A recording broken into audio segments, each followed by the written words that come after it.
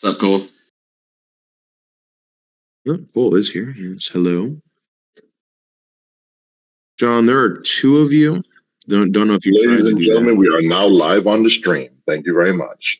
Figured out the volume now. Excellent, Sorry, excellent. guys. I'll mute myself. You're good. But yeah, we were just saying, please ask questions, right? They are, and David, if you need the link again, I think Steven just posted it up in the, in like the team captain chat or whatever. So you guys should be able to click on that if you need it. If not, like I said, I'm going to be streaming it in just a minute here. I'm trying to just get like this one formatting file or whatever to complete, so it's 100%, so I don't fuck it up here, because it's been taking basically 1% every 2 minutes, so it's taken me all morning. Oh, shit.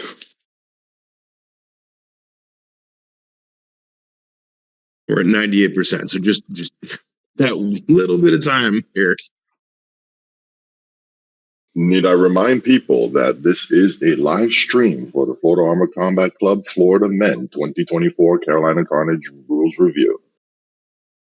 So awesome. Thank you, Sean. Not just for Carnage. Anytime we do anything Boohurt League or Boohurt International related, these are the rules currently as of the beginning of 2024.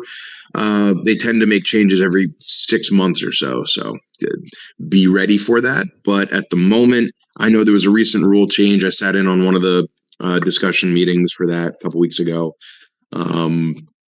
It does happen often, and those meetings are public too after they make changes. So they do. Larry, being our, I guess, liaison for all of the Americas, is, or at least the USA, is good at putting that publicly out there so people can watch that and you can discuss and ask questions. And another reason why I'm going over this, because I realize most of the people here probably don't do that or don't know about it or whatever, and we want to make sure that we got less than a month at this point, and we're going to be fighting at Carnage, and we need to be ready.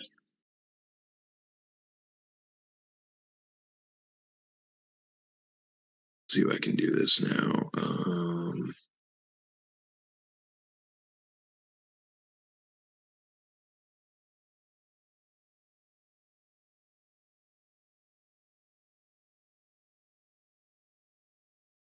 You guys should be able to see my screen if you click on the stream there. It's got a nice Boohurt International symbol there. You guys should be able to see that. Is anyone having trouble finding the stream button and pulling that up? Yeah, me. I don't know, Discord. I'm not seeing a stream button on either channel. It says it's playing. All right, hold on.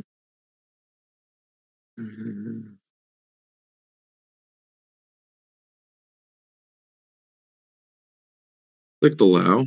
There it goes. Okay, it took a second.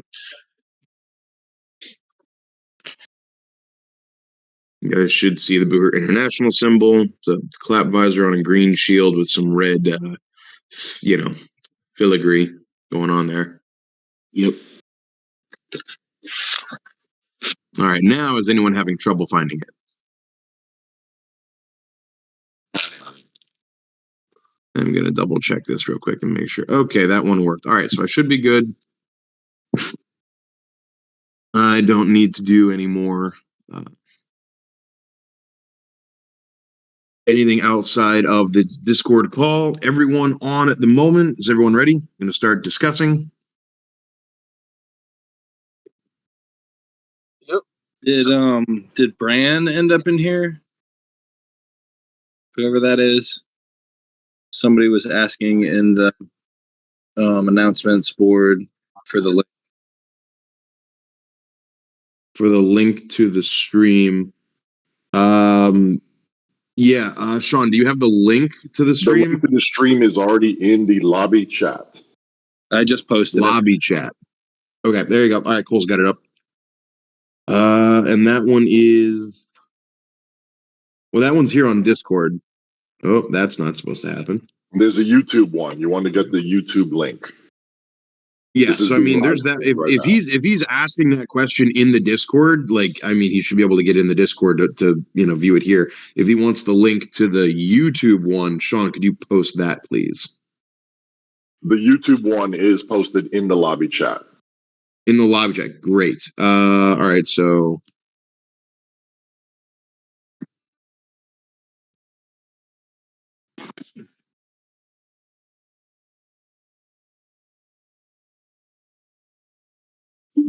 all right, so I posted the lobby channel has the YouTube link.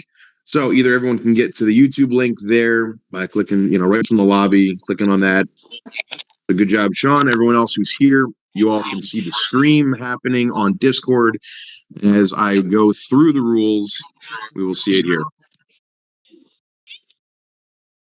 All right, so general provisions in the one dot every number after one is basically going to give you, it's going to tell you that there needs to be a certain number of marshals and things like that. So for us to technically do anything that's Boo Hurt international related, you have to have marshals that have passed the specific training and or been to certain events. We don't currently have any of that in Florida. Larry will probably be able to help us out with some of that, but at the moment, just know that there is always going to be a night marshal or the head marshal. Then there's the additional marshals outside of that basically goes down in here. And Steven, I need a charging cable for this thing so that we don't run out of battery in the middle of this. Let's see here. There's also a secretary that's going to keep track of the scores. So for melees, it's very important, guys, that when you end a round, if you're down, don't stand up immediately. I know that it should be really easy and fast to count because you only have to count to, up to 5 for one team. But if marshals are going back and forth or they don't realize the total number or whatever, they will card people for standing up too early. It's not well, or at least in a lot of the tournaments, it has not been well done, but it happens. Don't stand up right away until we can get a number and the refs actually tell you to stand up. Let's see, number of fighters in groups battle. Each category is separate based on, their actual size. The winner is determined. Why did you hit the power button? All right. Let's see. Winner is determined based on the regulations of the category. Right. It's at least one member standing and taking your opponents down to the ground, and obviously grounding an opponent is what we get to 1.5 here. Grounding position of all the opponent team fighters is the main victory criteria in group battles. The fighter is grounded when in the following cases. Right, so now we're going to get into what actually constitutes grounded. Right, the fighter touches the ground with the torso, hip, arm, hand, knee, shield, etc. Anything except their own 2 feet. The fighter will not be considered grounded if they touch the ground with one of the following, which is edge of their shield, not the flat part, fist or hand during or immediately after a successful throw, but not before the throw. Right. So this is the idea that if you put a hand on the ground to give you more leverage to make a throw happen, you are down. But if you make the throw and you are still under your own power to stand up, the edge of your shield or a little bit of your gauntlet hitting like the ground or pushing off of the opponent, you are technically not considered down. But if you have to put weight on that to then put pressure and then push off to stand back up, you would be considered down. So this is basically if you brush the ground kind of thing, or it just kind of touches just briefly in the middle of the throw, or at the end of the throw, you are considered, as long as you can stand back up, you're considered not down. Any part of a pole arm, a sword blade, mace, or axe is not considered as contact with the ground. So it was discussed where technically you could do like the pole vaulting thing with a pole arm. But it overslept. I don't know who is talking. Oh, Brand, you got background noise going on, just so you know. My bad. I thought it was on mute. Very good. Appreciate Good it. handle. Let's see here. All right. So, like I said, technically you can do like the pole vaulting thing with a pole arm, like running forward and driving the bottom of it into the ground to like kick your feet up and over. Technically, that's legal. It's quite stupid because now you're completely off balance and you're flying through the air, but technically it is legal. Let's see. The fighter touches a grounded fighter for support with downward pressure. Right. This is what I was getting into. The fighter will not be considered grounded if they touch their immediate opponent, a fighter they are grappling and falling together with any point of contact except their torso, hips, or buttocks immediately after a successful throw. So if you go chest to chest and push off, that doesn't count. You're down, right? If your hip is on them, you're down. Your butt's on them, you're down. But if you make that throw and you push off their chest with your hands, you're considered okay. Does someone have a question? Aisha's running around. I haven't seen. Who's that? Hartwig. He's being Phil. Still on. Michael Hartwig, could you mute up? Got a lot of background noise there. Thank you, sir. All right. Yeah. So again, an immediate throw, you're allowed to push off the body, but you have to be able to push off and get right to your feet. You cannot be on top of them, fumbling around and push off. Right. Grounded fighter is considered to be the ground, technically. So now, if you're not making the throw, and you are just coming in contact with a grounded fighter, and you put a knee or a hand on them to push off, and again, you were not making the throw, they were already grounded before you came in contact with them, you will be considered down and out because their body is part of the battlefield. It is part of the ground.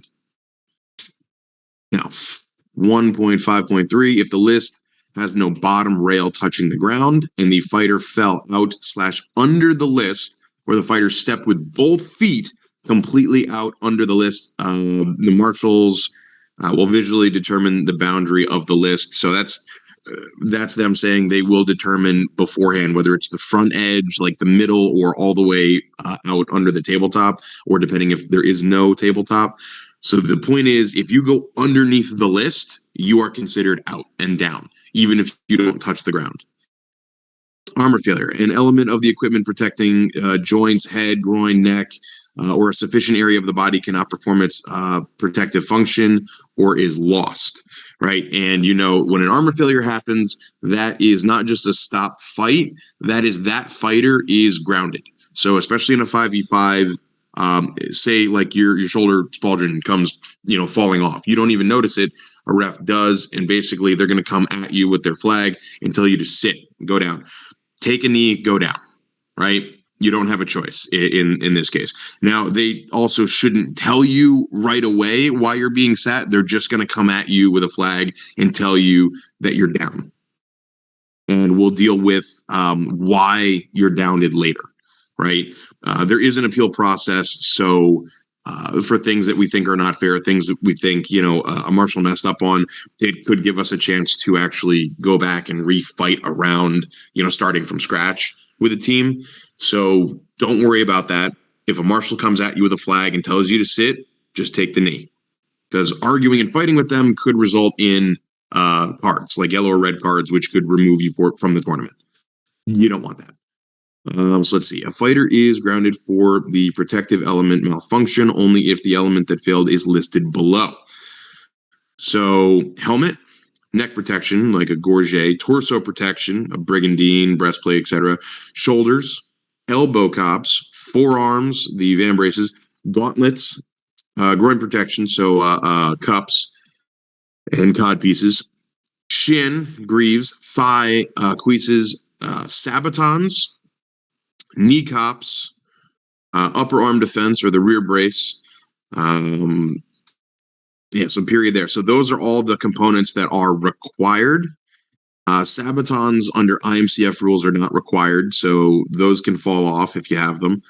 A fighter is grounded only if the remaining protective elements cannot compensate for the armor failure. The loss or failure of the element that are not listed above say like butt protection, certain parts of like, creases or supplementary, like a skirt, is technically not not part of the requirements. So you will not get grounded for losing that, or you're not supposed to be, at least. Performs multiple or intentional offensive actions without a weapon held by a grip in the hand. The shield is not considered a weapon. Okay, so this goes into the rule of you have to have a weapon in hand to be offensive, not just on your person somewhere. It has to actually be in your hand, and you have to be holding it. Without holding it, you are not allowed to be offensive, which means you cannot grab someone, you cannot pull them, you cannot try to shove them off. The only thing you can do is clam up and be defensive, is the only thing you're allowed to do if you do not have a weapon in hand. Right, so a fighter must hold a hafted weapon with at least one hand. If the fighter is not holding their weapon with a hand, they are considered disarmed, and they are not authorized to perform any attacking actions until the grip on the haft or handle is restored. An offensive action is an action directed at an opponent, i.e. striking, pushing, grappling, tripping, etc. And if you do this when you do not have a weapon, you are supposed to be sat. And you'll basically, it'll be determined after that whether or not you would be carded for doing it on purpose. All right, so 1.5.6 took a reserve weapon from a squire beyond an allocated weapon distribution zone, or inside the fence list area if the list was a wide top bar, collected it in any way other than picking it up from the surface of the bar in the allocated area. So Uher League has very specific rules on the weapons handling in terms of giving it into a fighter now. They're going to designate a specific area of the tabletop list on our side of the list, where our squires are allowed to place weapons, and their hands are not allowed to cross in or try to extend them outward or push them in for us to use. They simply can just lay them on top, and they can't really do anything else other than that. And they have to be, and like I said, it's going to be in a specific area, so they might have tape lines or drawn lines, and you cannot place a weapon outside those lines and have a fighter come up and grab that. That would technically get us sat. And or potentially get our squires removed from being list side squires, which is also a pain in the ass. Does everyone get that? Because I know that one's a pain in the butt and it's kind of tricky, but just know that there's a specific zone they're going to give us to put weapons in. You can place them in, but you can't reach, push them in, kind of thing. And the squires have to be back. It's annoying, but let's see, 157. If the list is a wide top bar, the fighter has their full body and legs on top of the list. So if you get picked up and put on the list, like your butt is on the list and your feet are pushed up onto it as well, you are considered out. So that people aren't trying to then take your body and shove you over it, so you're going to fall on your head or fall kind of far off the list, right? As soon as you get fully placed up on top, you're out, you're down. 1.5.8 was grounded by a marshal as a result of a rules violation, right? This is again, a marshal can come up to you with a flag and say, hey, you're down, just take the knee. We'll find out why or if we can appeal it later. Because if you fight with the marshal at that moment, even just arguing with them a little bit, they can card you. And then you have no recourse. Let's see, 159, yielding by kneeing. Right, you are allowed to withdraw from a fight at any point. You feel hurt, you feel like something is unsafe or something's going to happen, whatever. You are allowed to take a knee at any time for your own decisions and safety or whatever you need to do. So as soon as your knee goes down, you are considered grounded and out of the fight.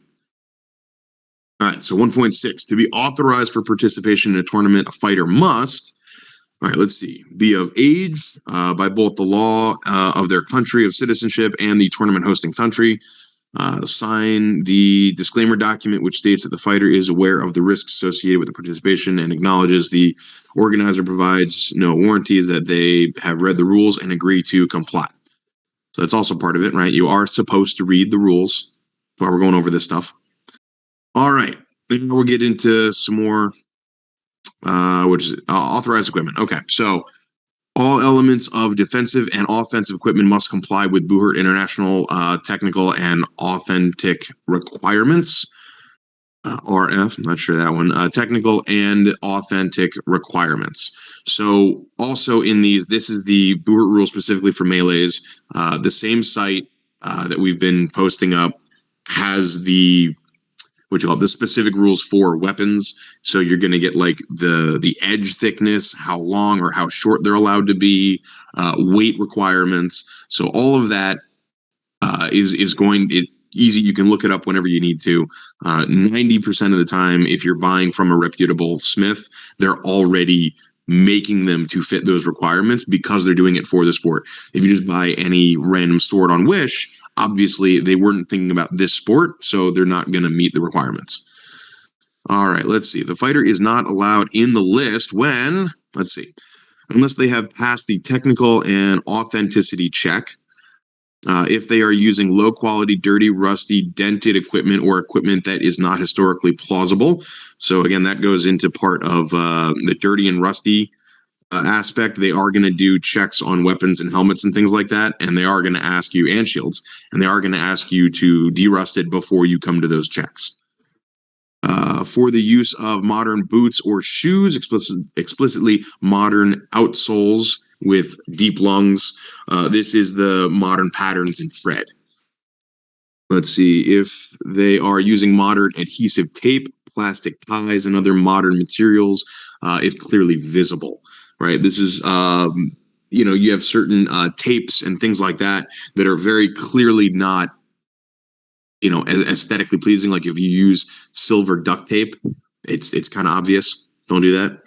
Let's see if they are using slogans, imagery that is not historically plausible or is derogatory in the decoration of any piece of equipment, including but not limited to their weapons, tabards, and shields are kind of a big one. I literally know people that make, heretic shields of, the opposite of authenticity just for practice and stuff like that. Like they'll cover it in stickers that are not even that they're just not historical. I mean, they're like raunchy stickers. Let's see if they're using any modern equipment or decoration that is clearly visible. So this is your personal layer. Your modern equipment is allowed to be underneath your gambeson, right? Inside the helmet, you're allowed down to, what touches your skin kind of and hair. You're allowed to use some modern stuff. One of those things where we do allow concussion foam padding. But again, that is not outwardly visible. So that's why it is allowed. Things like the motorcycle pads that people wear. They wear it underneath the gambeson so that it's not outwardly visible. So it's allowed. Let's see. Textile adhesive tape of neutral colors to repair kit is permitted. So things that are, what they say, textile adhesive, it's something that has a, something like hockey tape where it has like a finish that is not shiny or acrylic or smooth in that sense. And neutral colors. Get something like black. Make it easy. Like a cloth tape? Cloth tape works as well, yes. Yeah, it was the one I said. All right, let's see. Authorized fighting techniques. Any movement in the list, leaning on the barrier of the list, any holds or grips of the barrier of the list, any strikes and pushes performed with a weapon, arms, legs, shield, both edge or flat, head, shoulders, torso, into permitted strike zones. Right? This is, oh, shoot. I'll have to answer that later. Let's see. Permitted strike zones. The permitted strike zones excludes, so these are the areas that you're not allowed to hit: feet, groin, back of the knee, back and front of the knee is for kicks. This specifically, the back and front of the knee, is just for kicks, though we'll get into that. This one says the back and front of the neck. So if you're trying to basically hit below the that bottom edge of a helmet, that is considered hitting the neck. And the base of the skull. So we'll get more into all of these, going through all of these listed below here. All right, so let's see. Striking the foot is not considered a prohibited strike in the following circumstance. the fighter raises their foot while a strike is already occurring, right? So if you're swinging at someone's leg and they raise up their foot and you accidentally hit them in the foot, that's not considered an illegal strike. You're going to be fine. Any action with the foot or shin aimed at the knee are prohibited. So this is what I was saying about the knee. So if you are kicking, whether it's a backwards kick, frontwards kick, whatever, if you're hitting the knee, any angle, any direction from any side, the knee is a prohibited place to kick. Any actions that cause the knee to hyperextend are prohibited. So in grappling or something, or there's no striking, but you're going to try to extend that leg all the way out. That is prohibited. These include push kicks as well. So if you put your foot on them and then push down and hard to straighten out their leg, that would be considered illegal. Let's see. A fighter can strike with a free hand provided they have a weapon in the other hand. Okay, so again, you have to have a weapon in hand to be offensive. Your opposite hand, say you drop your shield or maybe you're using a two-handed weapon, you let go of the weapon with the one hand, you're allowed to punch with that gauntlet, right? You don't have to worry about that. As long as you are holding a weapon in hand, you're okay. Let's see here. Base of the skull is considered to be the bottom third of the back of the helmet. So if you have someone that is in any way has the back of their helmet exposed, that bottom third, so that area that usually tapers inward a little bit at the bottom, you're not allowed to strike right there. You can strike the top or the sides of the helmet, but that bottom third on the very back of the helmet, basically where your medulla oblongata is, right? Your spine up to the, base of your skull.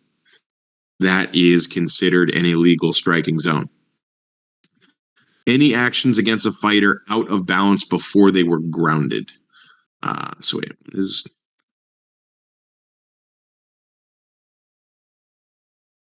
any holes in it?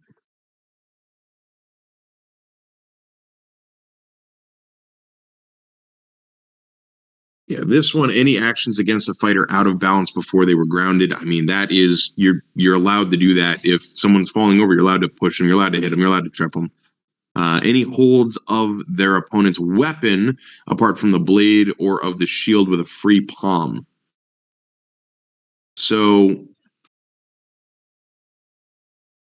apart from the blade, right? Apart from, okay. Word apart, I missed there in the beginning there. So, you are allowed to grab an opponent's weapon as long as you are not grabbing the blade of the opponent's weapon. So the whole idea of grabbing someone else's sword to half sword their sword against them, that is illegal, right? If it's a hafted weapon, you are allowed to grab the haft. So like an axe, right? If someone is holding an axe, you are allowed to reach out and grab onto their wooden haft and grab that. That's fine. All right, so any offensive actions against a disarmed opponent are still legal, right? So when you disarm someone, you are well within your means to go and attack them and try to bring them down while they cannot attack you. That's perfectly fine. You're allowed to do that. Let's see, back heels, wrestling throws and clinches, right? These are all legal moves. You're allowed to, do a heel kick backwards as long as you're not hitting the knee. You are fine. All right, let's see. The following are prohibited. Grappling, suffocating techniques like a guillotine. A poorly fitted helmet does not count as a suffocating technique. So basically, if someone bends forward and you basically grab onto their head and you purposely rotate it so the top of the head points down and the chin part of the helmet is coming up underneath and you're putting pressure up on the neck, that type of move is illegal. Grabbing onto someone's head while they're still standing up and them just having a poorly fitted helmet, that's not illegal. That's something on your part. That's someone who doesn't have a fitted helmet. But again, the guillotine specifically, because it raises that chin part of the visor up into the neck, that is considered an illegal move. Arm lock techniques or any action causes the arm to hyperextend or lock out to where you have pressure on the backside of the elbow, that is illegal. Do not do that. I had someone do that to me and then fall like on purpose, like put all their weight on their chest on my elbow to bring me down. And if I didn't rotate my arm while it was happening, because I saw it happening, it would have snapped my arm in half. The armor prevents you from really getting out of that once you're locked into that. So it's really dangerous. Do not do that. That is a red card. Suplex, arch throws, or variations. So you can't try to throw someone basically over the top of you where you're going backwards and you're trying to make them land on their head. Disarm any opponent by any authorized actions excluding blade holds is permitted. So you are allowed to disarm people. Like again, if someone has a hafted weapon like an axe, you are allowed to grab onto that haft and rip it out of their hands if you can. Let's see. A fighter can take away a weapon from the belt of the opponent, provided the fighter holds their weapon. So this one is like a weird move that no one's probably going to wind up doing. But if they have a spare weapon on their belt, as long as you still hold a weapon and you are allowed to be offensive, you are allowed to steal that weapon off their belt. The fighter is then allowed to use the opponent's weapon until the end of the round, and then it must be surrendered back to the opponent. Because these things are expensive. Fighter who has lost their weapon is allowed to take a reserve weapon, right, if it's on their belt. You're allowed to yield by kneeing. You're always allowed to do that.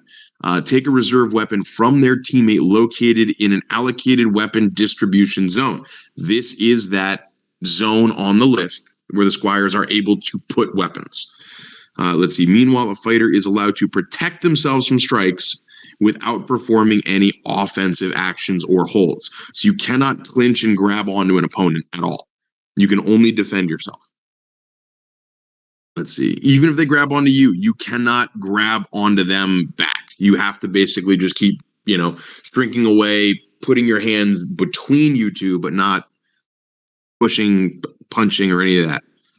Let's see. Take a reserve weapon from an ungrounded teammate in the list. So if someone else has one on their belt and they pull it out and go to hand it to you, or you can pull it off of them because you're not making an offensive action against an opponent, you're allowed to do that to regain a weapon. Very rare. I've never actually seen it. It's like it's been talked about, never actually seen it being done. Important. It is prohibited to pick up a weapon that is lying flat on the ground, to receive a weapon from an already grounded fighter, to receive a weapon from any outside the list except the squire in the designated area. So all three of those scenarios, it is prohibited to pick up a weapon and you will be sat. Let's see. It is allowed to grab a polearm which leans against the top rail of the barrier, the list, or it is ungrounded teammate's owner's body. In this case, it is not considered lying on the surface of the ground or within the list. Right. So if it's leaning up against the list anywhere inside the list, you are technically allowed to pick it up because it's not a grounded weapon. Really only applicable to pole arms. I don't know of any swords that are going to be leaning on the list. If the list is a wide top bar, reserve weapons must be placed on the top of the bar in the designated area for a fighter to pick it up themselves. Right? If you run back and there's a weapon just on the side somewhere on the list and you pick it up, nope, that is not the designated area. You'll be sacked for that. It is prohibited to pass a weapon to a fighter or hold the weapon when a fighter is taking it. So this is for the squires specifically, right? Again, you're not allowed to reach the weapon in, you're not allowed to push it, and you're not allowed to hold it and hand it to someone. You have to put it on the tabletop, and the fighter has to then grab it from the tabletop themselves. I mean, I think that stemmed from the rule of technically squires reaching their hands in to hand a weapon off became fair game. And some douchebag decided it was a great idea to swing a sword at the squire handing in the weapon, and someone got hurt. So now they just said, screw it, no one can hand in weapons, when I think kind of it should have gone the other way and not been allowed to attack people handing in weapons. But I don't make the rules over in Russia. So let's see. Opposing fighters can take or knock down reserve weapons that are placed on the list as long as the squire is not currently holding them and placing them on. That's one of those, if you do get to the opponent's zone for their weapons and you can basically put your arm on that list and push all the weapons into the list and onto the ground, you've now made all their weapons basically useless and they can't pick them up off the ground. And the squires would have to have additional weapons to put in the zone for them to be able to use any. Let's see. If the list has a no top bar, reserve weapons may be passed to the fighter from above the top rail, not below, never below, list within the designated area. It is prohibited to pass the weapon below the rail of the list. Okay, there it is. That's only for if there is no big top flat area, and currently we are going to have that at Carnage, so that's what we need to focus on for our stuff. Again, we're not putting tabletops on because it's prohibitive in terms of cost and transportation and all that at the moment. So we'll figure that out in the future. But again, it's you pass it over, not under, and the squire's hand for the list that we have, it's only 4 inches thick. Your hand basically can't cross over and pass into the inside of the list. It has to be on the outside. That's also for safety. All right, let's see. Now we're going to prohibited fighting techniques. Part 4. Performance of any prohibited techniques is a violation and is penalized with a verbal warning, yellow card, or red card. The penalty is imposed regardless of the fighter's intent. So even if you didn't mean to do it, if you do an illegal fighting technique, it depends on the severity of it, but you can be carded immediately, even if you did it by accident. Let's see. All fighters must avoid the following techniques. Any action not listed in Section 3 of the rules. Only authorized techniques are permitted. The Knight Marshal supervises the course of the fight and assesses the team's interactions. The Knight Marshal can return a fighter who was grounded by unauthorized techniques to the fight, or withdraw the fighter who is out of battle. The Knight Marshal can break any inactive clinches that are 10 seconds or longer, right? They don't try to do that in the melees, but they are allowed to. And going back up here, the Knight Marshal is allowed to return a fighter to their feet, basically, if the opponent who brought them down did so illegally. So I know this happened to me last year at Carnage because I disarmed someone and then he grabbed onto me and lat dropped and just suicided with the both of us. And when that happened, the Marshal, was like, yeah, no, you got disarmed. You're not allowed to do that. So I got stood back up and he had to stay on the ground. Let's see. An inactive clinch is a clinch situation with the fighters performing weak weapon strikes or no grappling techniques aimed at grounding their opponent for 10 seconds or longer. These strikes with a fist, knee, or shield are not considered. So things that are, again, weak strikes, things that are not actually trying to either inflict pain or bring someone down, the Knight Marshal is allowed to, after 10 seconds, break it up. Generally doesn't happen in the melees, but it can, and it has happened. It's just not common. Any thrusting actions with a weapon at all, even if it doesn't have what we consider a point or a tip, no thrusting. That is a good way to get red carded very quickly. Any offensive actions aimed at prohibited striking zones. Prohibited striking zones, right? Remember the feet, groin, back of the knee, back of the neck, and the base of the skull. Front and back of the neck. So that's that area right underneath the visor, and it's the area directly in the back near the spine. Grappling the base of the skull, but not the bottom edge of the helmet, is permitted. Okay, so the bottom lip of your helmet is what they are looking at.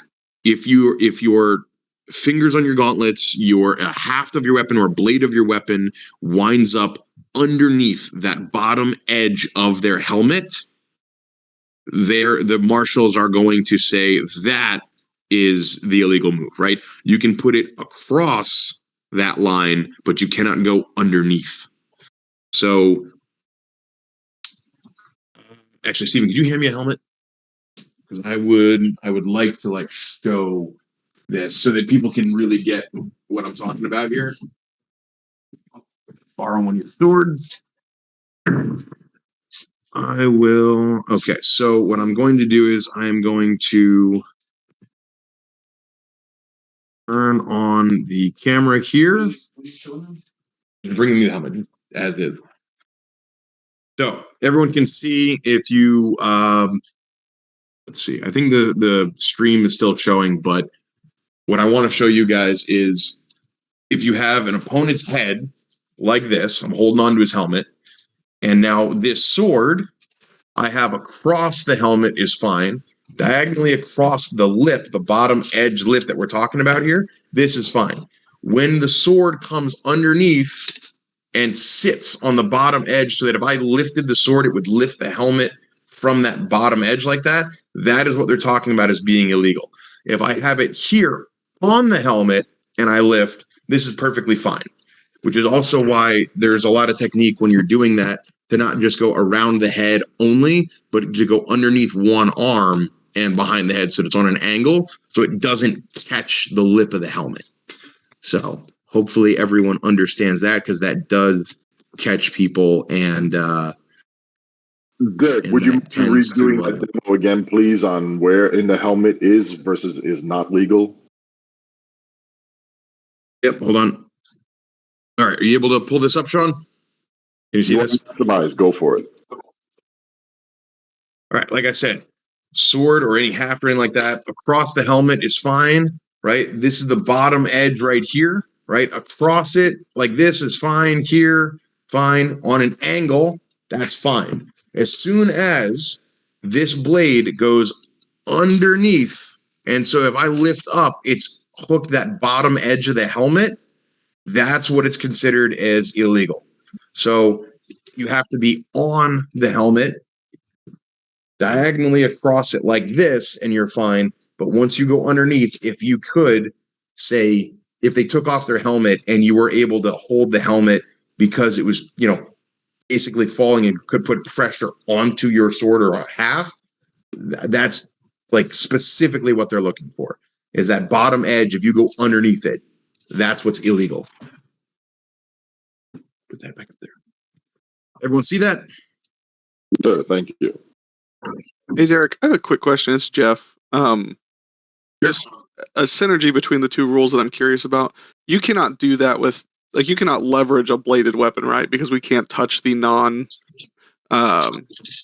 or we can only touch the non-bladed parts. I say bladed, but non-steel parts of a sword, right? So that is your opponent's weapon. Oh, only opponent's weapon. We can touch. Okay. Right. Yes. So bladed weapons, in doing that, you can kind of do that, but you will bend them. Tell any duelist that you want to use his, long sword or arming sword as like a lever, and he'll be like, "Do not touch my swords ever again." But yes, you are technically allowed to do it. Okay, so just opponent's weapons you cannot, but your own you are able. Opponent's weapons, you're not allowed to grab the blade. Yeah, understood. Thank you. Yes, so technically half swording is a thing, but half swording in a melee is stupid because you're not going to be using a long sword in a melee, and you're also not going to be using the tip of the weapon to go for gaps or stab. So half swording is really only at that last moment of like when you have a falchion around someone and you're able to like reach underneath their arm with your shield hand and kind of hook it. But again, you're allowed to do that. It's not common. Let's see here. So I was thrusting any prohibited strike zones. Yes, and then like I said, that the very back of the helmet, it's that bottom third on the very back of the helmet, basically where it's looking at the bottom of the skull and spine area where they connect. That's the other no strike zone. Let's see, grappling the base of the skull but on the bottom edge of the helmet is prohibited. No pressure to be placed on the back of the knee. So back of the knee stuff is, again, if you are striking or you are like kicking into the back of the knee, I mean, again, kicking the knee anywhere is illegal. But the back of the knee is supposedly has been the outstanding rule for a decade at this point. There is no attacking the back of the knee. The closest thing you can do is basically just tabletop your leg and bring their leg into yours so that you're not putting pressure, you're not, striking. Anything other than that, again, they're gonna be looking for it. They're gonna be wanting to call, penalties for that stuff. Arm locks, like I was talking about earlier, arm locks of any kind that hyperextend or extend the arm and basically prevent it from being able to bend, or bending the wrong way, are going to be illegal, and you will be carded. Even if you don't complete it, even if you don't bring them down and snap their arm, if you do that and you lock out their arm, you're going to get stopped and carded.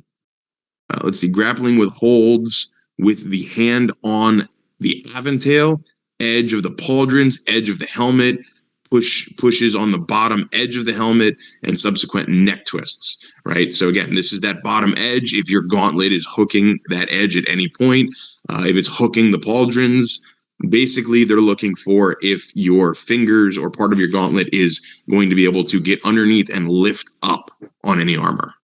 Or if you try to, like it says, going underneath the aventail. It says hand on the aventail. They're never going to call it if you just put your hand on an aventail. But it's when you're trying to manipulate it, grab it, twist it, and go under it. That's what they're going to call. Let's see. And then subsequent neck twist, right? So if you grab someone's head and you purposely try to twist the helmet with their head in it, you're going to get red carded very quickly. Deliberate attempts to remove an element of the armor, right? So that's what 4.5 is kind of looking at. Hey, we want to stop it before it happens. But if you are basically grabbing onto some form of armor and pulling it off, and whether you're successful at it or not, if you're underneath it and pulling it off and making an attempt, you're going to get sat and carded for that. Let's see. The fighter committing the offense will be sat and given a yellow card. Okay. A fighter who deliberately has their armor so it can be easily removed will receive a yellow card for unsportsmanlike conduct. So basically, if they have something where it's like a tearaway, 99% of the time you'll never see this because it's stupid. Because you don't want your armor falling off in there. But apparently it came up not in America, but somewhere else. So it became a rule. Strikes with crossing guard to the face or the face of the opponent, provided a distance between the crossing guard and gauntlet is more than 3 centimeters. So basically this is if you have an elongated guard and it sticks out sideways more than 3 centimeters past your gauntlet, you're now prohibited from taking that guard and shoving it in the direction of an opponent's face. See any grips, clamps, suffocating techniques with direct pressure of any part of the body, equipment, and weapons on the neck. Right. So this is if you go up under the bottom lip of the helmet. This falls into that. But this now just makes it so if there is any way around it in the wording of the previous one, this guarantees if there is any pressure of any kind going up underneath the helmet, it is illegal. Any offensive actions against a grounded fighter. So if someone goes down, do not kick them, do not strike them, do not do anything like that. If you purposely attack a grounded fighter, that's a red card. That's pretty deliberate. And it can happen quickly too. So someone could go take a knee, and if you don't notice it right away and you swing on them, you can be carded immediately.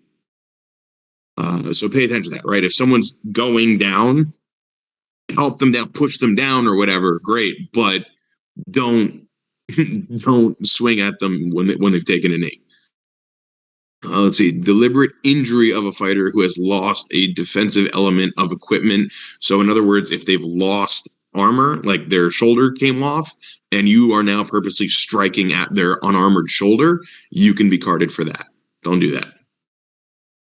Any uncontrolled strikes and actions with a weapon. This is more or less if someone's trying to do like big sweeping motions, like back and forth with a weapon kind of thing, where they're clearly uncontrolled. This also goes into the fact that it's like, oh, well, I wasn't trying to hit that. It's like, well, you threw the strike. You are responsible for where it lands. So if it lands in a prohibited zone, it doesn't matter if you lost control or not, you're responsible. So an uncontrolled strike is then also technically illegal. So again, some of these are redundant. They are to cover bases. Let's see. In inactive clinch over 10 seconds, a field marshal can break the clinch with the break, local command, and a yellow flag between the helmets of the fighters. The fighters must stop fighting immediately and take 2 steps apart. The local command fight, and the signal with a flag of the same marshal who announced the break indicates the recommencement of the fight for the fighters pulled out of the clinch and continuation of the fight in general. So in other words, this is stating that they can stop just 2 of the fighters and separate them before making them fight again. This means that the entire rest of the list could continue fighting. So this isn't an entire stop fight that stops everyone, just so you know. Local command of break and fight are effective only to the fighters in the clinch. After the fight command, any fighter can continue the fight with the same opponent or attack other opponents. Right. So once you're given the fight command, you're right back into everything is free game again. You can go and run off and go fight someone else. Strikes with the head of one-handed axe prohibited. The grip of the hand is less than 30 centimeters away from the blade. Let's see. Strikes with the head of a one-handed axe, provided the grip of the hand is less than 30 centimeters away from the blade. Okay, so this is all right. If you choke up on a one-handed axe, if you're within 30, if your hand is closer than 30 centimeters to the head of the axe, you cannot strike with the head of the axe.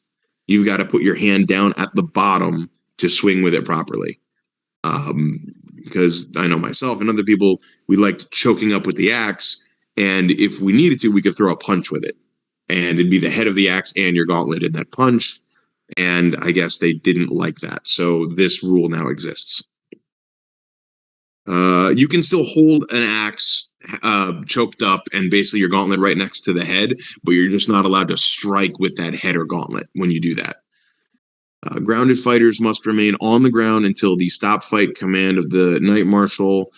They are not allowed to return to a standing position. A grounded fighter must maintain a comfortable seated or lying position until the end of the round. The grounded fighter cannot interfere with a fight. A comfortable position is a signal that the fighter is not injured. All right, so you are allowed to, if you fall on top of someone, you're allowed to roll off of them. If you're face down in the dirt, you are allowed to like roll to your side or to your back kind of thing. You're allowed to, like it says, get comfortable. But now if there's a fight happening around you, do it so that you're at least not injured, not going to, have your knee in a bad position, but then stop moving, right? You're not allowed to keep moving around and doing stuff, especially if a fight is now coming back to you. You can be carded and called out for trying to obstruct someone or moving out of the way. Right. So if you see your teammate basically backing up, about to run into you, and you move to let them like have space, you're going to get carded for that. If an opponent is coming and you stick out your leg, or you purposely, kind of shoulder into them as they back up towards you, you're going to get carded for that as well. So if you are part of the battlefield and you are down and the fight's coming to you, just button up, hold tight, don't move. And let whatever happens to the guys standing happen. All right. The grounded fighters are not allowed to interfere in a course of the fight or change their position in the list unless there is a threat to their safety. So I've done this once where I had my visor basically got, I think the rivet sheared off or whatever, and my visor was open. And so because of that, I was allowed to get out of the list. And no one's going to fault you for that if your visor comes off, right? But if it's just, oh, I'm down, screw it, I want to get out of the list, that's technically illegal. Any offensive actions against marshals in the list, that should be self-explanatory, but yes, do not attack them. Or even if they pissed you off, it's okay. Do not swing at them. Don't kick them. Don't do anything. Any offensive actions against any particular participants of the event outside of the list, any actions impeding the course of the event. Right. Don't fuck with the event staff, please. Don't do that. Let's see. Management of the fights. Fights of the category are managed under the Buhert International Group Battles regulations by penalties that are imposed depending on the situation in the list and fighters and marshals' actions. A verbal warning is a penalty imposed for an insignificant rule violation aiming to indicate the rules violation to the fighter. An oral warning is not registered in documents. A yellow card warning now is a penalty imposed for the rules violation that is registered in the protocol of the tournament and affects fighters and teams' rating. A yellow card can be imposed by a night marshal or an AC rep for authenticity regulation violations. So what this doesn't go into is also the fact that if you get a yellow card at a tournament, you can now not fight for the next 3 rounds. So that's kind of a big one. People kind of gloss over that one because cards should be getting handed out because there are rules violations and people get verbal warnings all the time. I think yellow cards should be a little more prevalent. There's also the fact that 2 yellow cards at a single event will red card you for the event. So 2 different people get yellow cards. That's their own yellow card, right? But if you personally get 2 yellow cards at an event, that counts as a red card, and now you are done for that event. And the event can be 3 days long. Disqualification. So, right. Red card is the penalty that results in a severe or regular second yellow card rules violation and is registered in the tournament protocol. The red carded fighter will be withdrawn from the tournament. Only the night marshal of the tournament can impose red cards. So, the night marshal may be able to impose the red card, but a regular marshal giving you a second yellow card, that's completely, doable, and that still counts as your red card. Okay, so these were specifically the Buhut rules. So yeah, 10 pages that we had here on this one. Let's see here. Can I go back up? No, I've got to pull up the... Let's see. Scroll.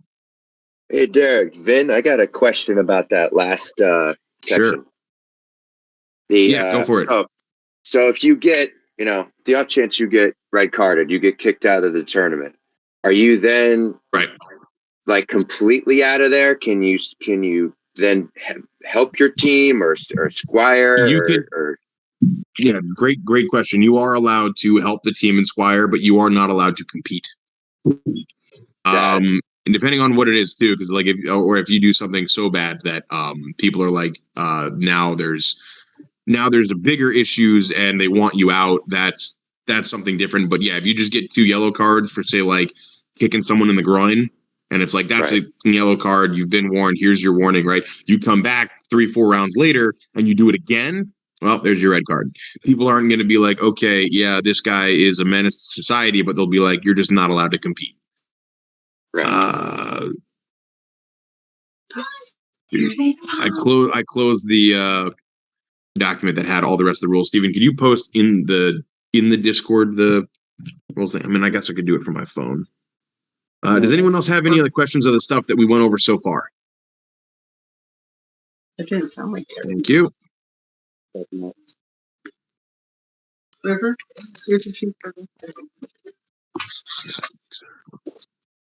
All right, let's see here. That rule about the choking up on the is only specific to the hand axe, right?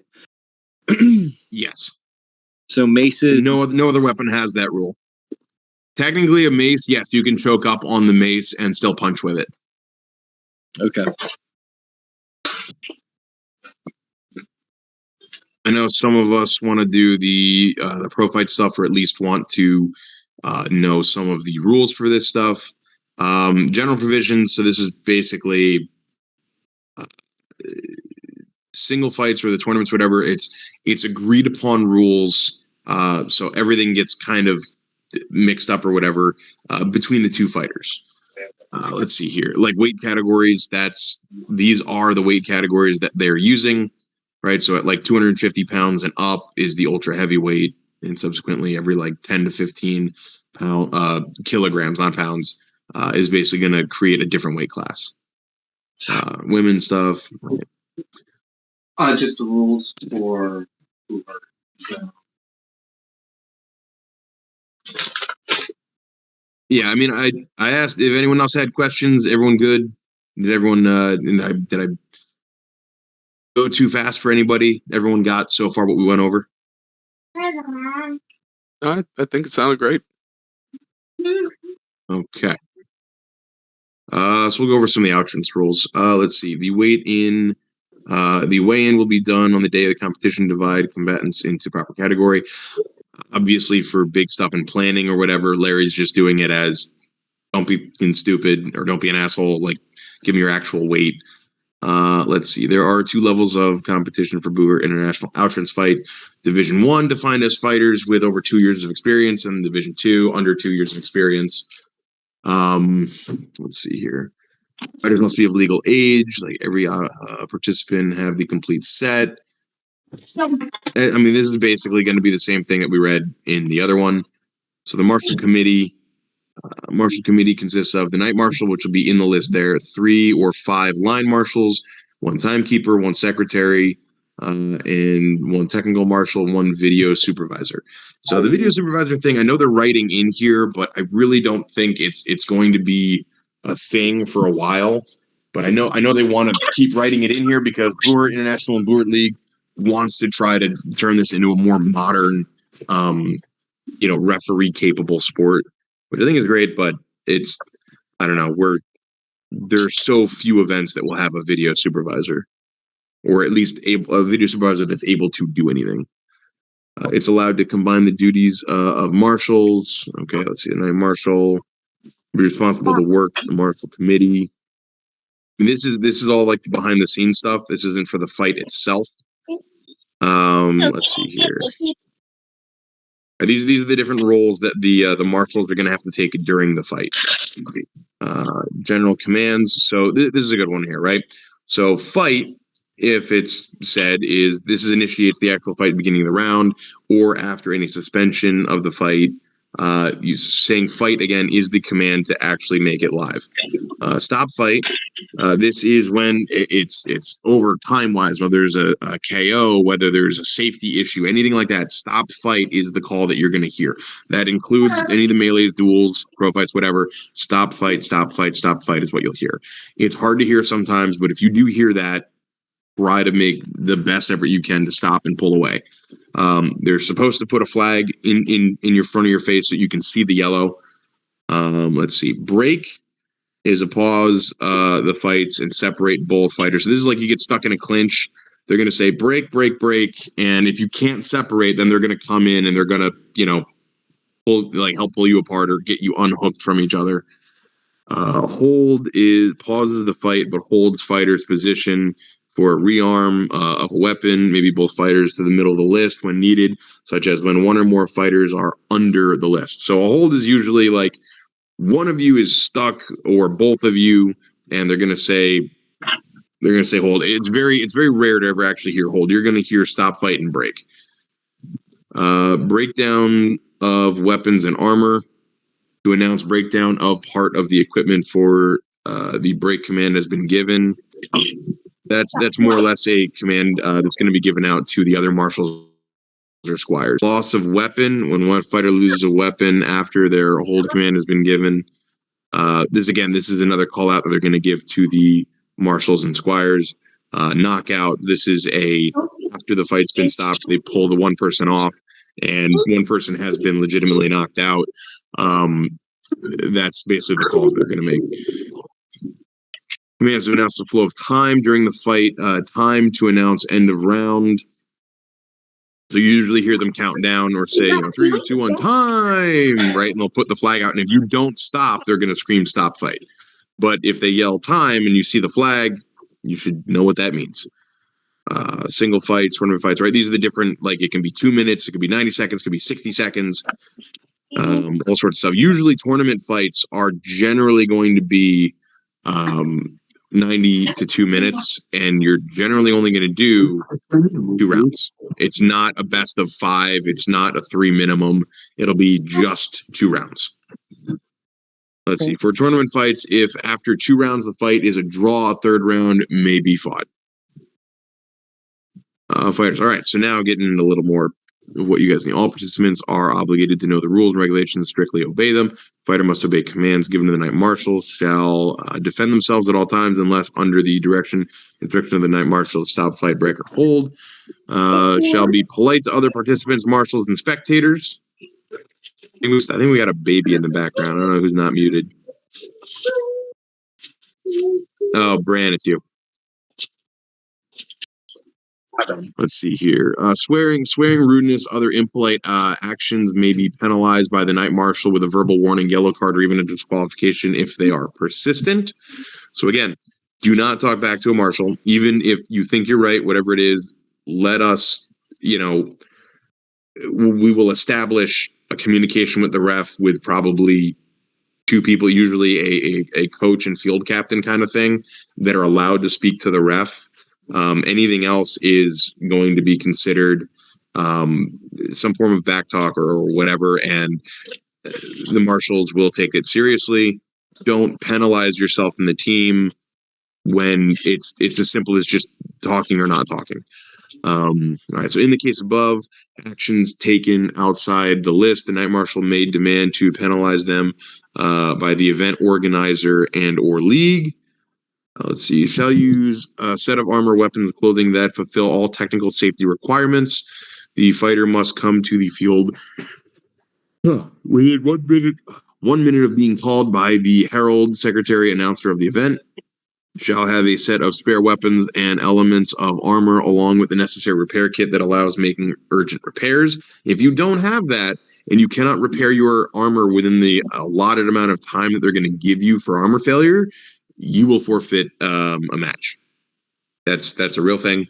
Usually they're pretty lenient and give you like 2 minutes, but if not, like if you can't do it in 2 minutes, you're going to wind up forfeiting. Each fighter should have at least one cornerman. There's a maximum limit of 2 cornermen for a fighter, so 1 or 2. That's your only option. A fighter may stop the fight. This can only be done in the following situation: a fighter wishes to yield during a round, verbal submission, or a tap out. So unless you are willing to end it and forfeit, don't try to stop a fight. A signal to stop a fight should be given to the Knight Marshal. It may be done by throwing a weapon to the surface of the list or shouting "stop fight." Generally, the best way to do this is literally tossing your weapon and going down to one knee. It's usually a very, very clear indicator that even your opponent, not just the marshal, can see. Fighter wishes to forfeit before the fight has started. Right, so this is interesting. If a fighter yields or forfeits, they will not be allowed to participate further in the tournament. So if you don't go in there, if you just forfeit without even showing up kind of thing, or you just say, oh, hey, I forfeit, and you don't actually fight at all, you have basically disqualified yourself from the rest of that aspect of the tournament. That goes for duels as well, I believe. Is unable to continue the fight caused by damage, armor or weapon failure. If that happens, you wind up losing. Like I said, if you can't get it fixed. Is it unable to continue the fight for medical reasons? That is that's a KO. The fighter may substitute the protest to the marshal committee against actions taken by their opponent or any marshal that, in their opinion, contradicts the rules. So again, you are allowed to protest. You are allowed to bring that up and try to get recourse for it, and you might be able to be allowed to fight again. Let's see, corner support. Shall know the rules and regulations and strictly obey them. This is if you're squiring for someone, right? Don't just go up there and just assume, well, I'm just helping, right? Know the rules, know what you're doing. Because you might be asked to follow commands of the Knight Marshal. You have to, understand the rules enough to know, what you can and can't do too. Shall help the fighter to the limits of the list and aids them in preparation before the fight. Shall be ready during the fight to make repairs or exchange damaged equipment or weapons according to field marshal's demands. Shall only enter the list in time between rounds or for the demand, or should be by the demand of the Knight Marshal to aid the fighter in repairing, exchanging damaged equipment. That usually means if someone breaks a sword, you're allowed to, bring in a sword, but only after it's been stopped and the field marshal has called it in. All right, shall be polite to other participants, marshals, and spectators. Cornermen have the right to demand to stop the. Yeah, go for it. So, what would we get for Tim, you're coming in broken. I can't hear any of that. Sorry. What about now? That's better. Yeah, that's much better. What would be the command given from the Knight Marshal for a squire to enter the list to bring in a weapon? So that's, if we go back up here, that is when they are calling out, where was it? No, it was down here, right? Nope, it was up here in these ones. There it is, right? Loss of a weapon, right? He's hold, stop, fight, right? Everyone stop. Okay, loss of a weapon, and then he's gonna basically point to the corner, or he's gonna say, "Can we get this? You know, do we have a new sword?" Right? They're gonna ask these things, and when that happens, you basically say, "I have a sword right here." Right? You basically try to make eye contact with the marshal, and he'll give you he'll tell you or make a hand motion and be like, "Yeah, come in." But until that happens, do not just rush in there. Even if the stop fight has been called, still wait. Marshal.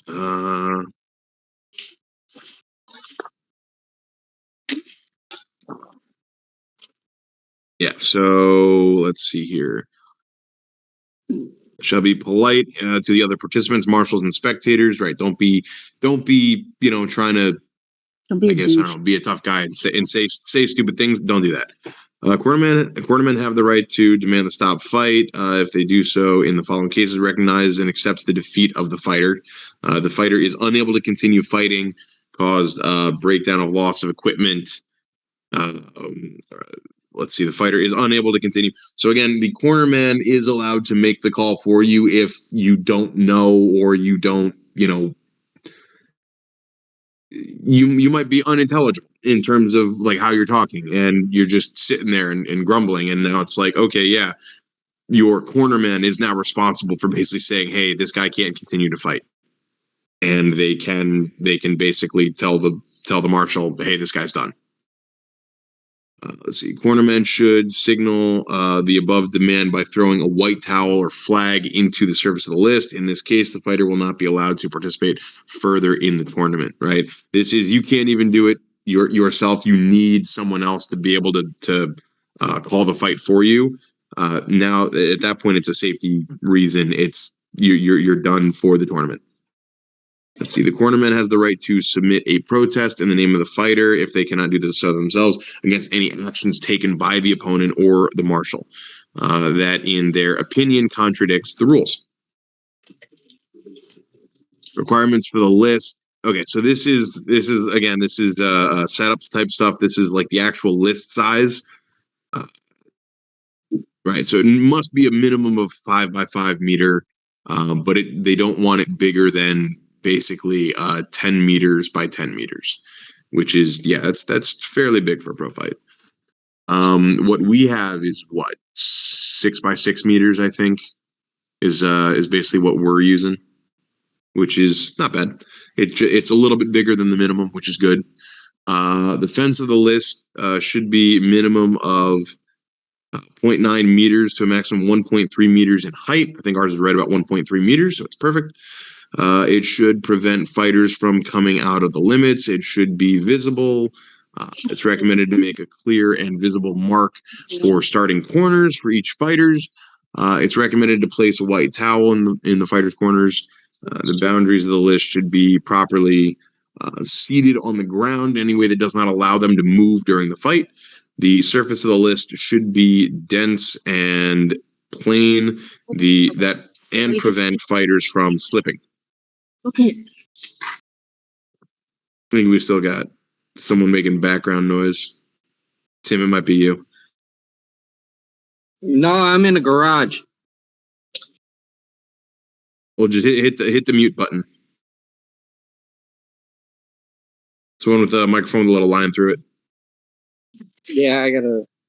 Hold on, give me a second. It's been I got you. Or little Dory. I think you're the other one that's not muted. I'm not sure if anything's coming from you, but just so you guys are aware, you're not muted. Let's see here. Boundaries of the list should be properly seated on the ground. Right. Surface of the list should be. Light source should be located above the list in a height that prevents fighters from being blinded by it or them breaking it. The organizer must provide a barrier 2 meters wide safety zone around every side of the list. So yeah, that's that 6+ foot basically exclusion zone. All elements of defensive and offensive equipment must comply with Bucher International technical and authentic requirements.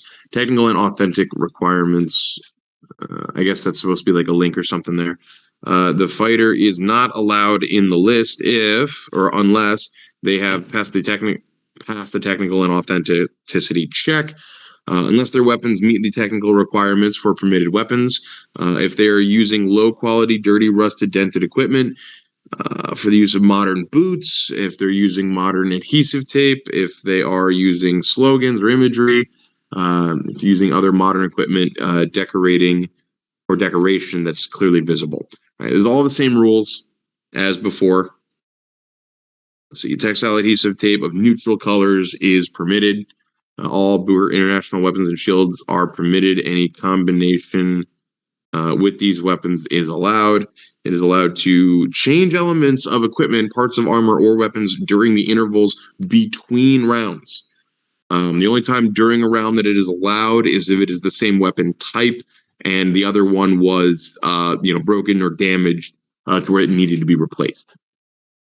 Let's see here. The head marshal and technical marshal may demand to change any element of the armor or weapons if it does not fulfill the requirements of safety, aesthetic, or historical accuracy.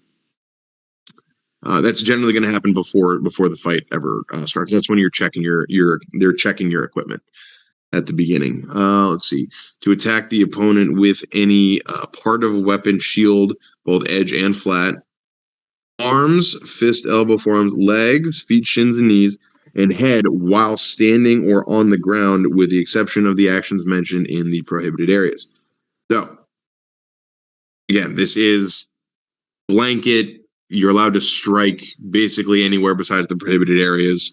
You're allowed to use your arms, your legs, your weapons, your shields, your head to do all of this. It is prohibited to strike a grounded fighter with feet or shins. So yes, even if there is ground fighting that is allowed during the tournament or match or whatever it is, you are not allowed to use your feet or shins to make a strike. So you can't kick someone down on the ground. It is prohibited to knee a grounded fighter to the legs or head, as well as any other prohibited strike zones. So yes, even if you're on top of them and it's no longer like you're falling on them, you still can't knee them to the head or knee them in the legs. Right. This is again trying not to hyperextend or do something that's going to affect the knee. Strikes maybe, and it's really for, because if you strike with a knee and then you decide to put weight down with your knee down into someone, that's generally what they're trying to avoid. Strikes may be delivered to an area that is not mentioned as prohibited strike zone. So basically anything not a prohibited strike zone, go ahead and strike it. Grabbing of your opponent weapon and weapon blade with your hands, that is prohibited.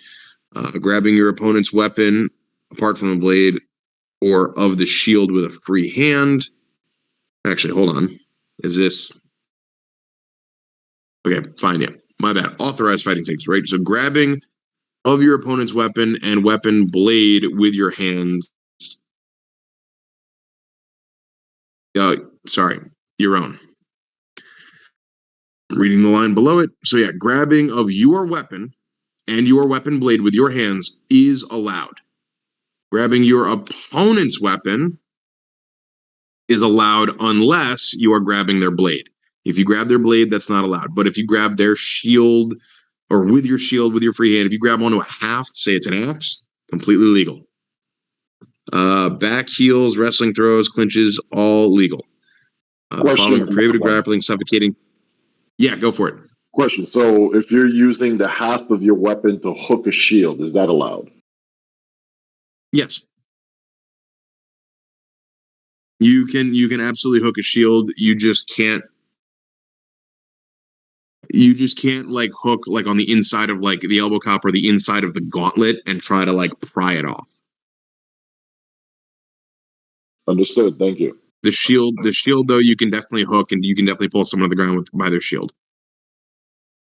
but only with the haft, or is the like an axe head?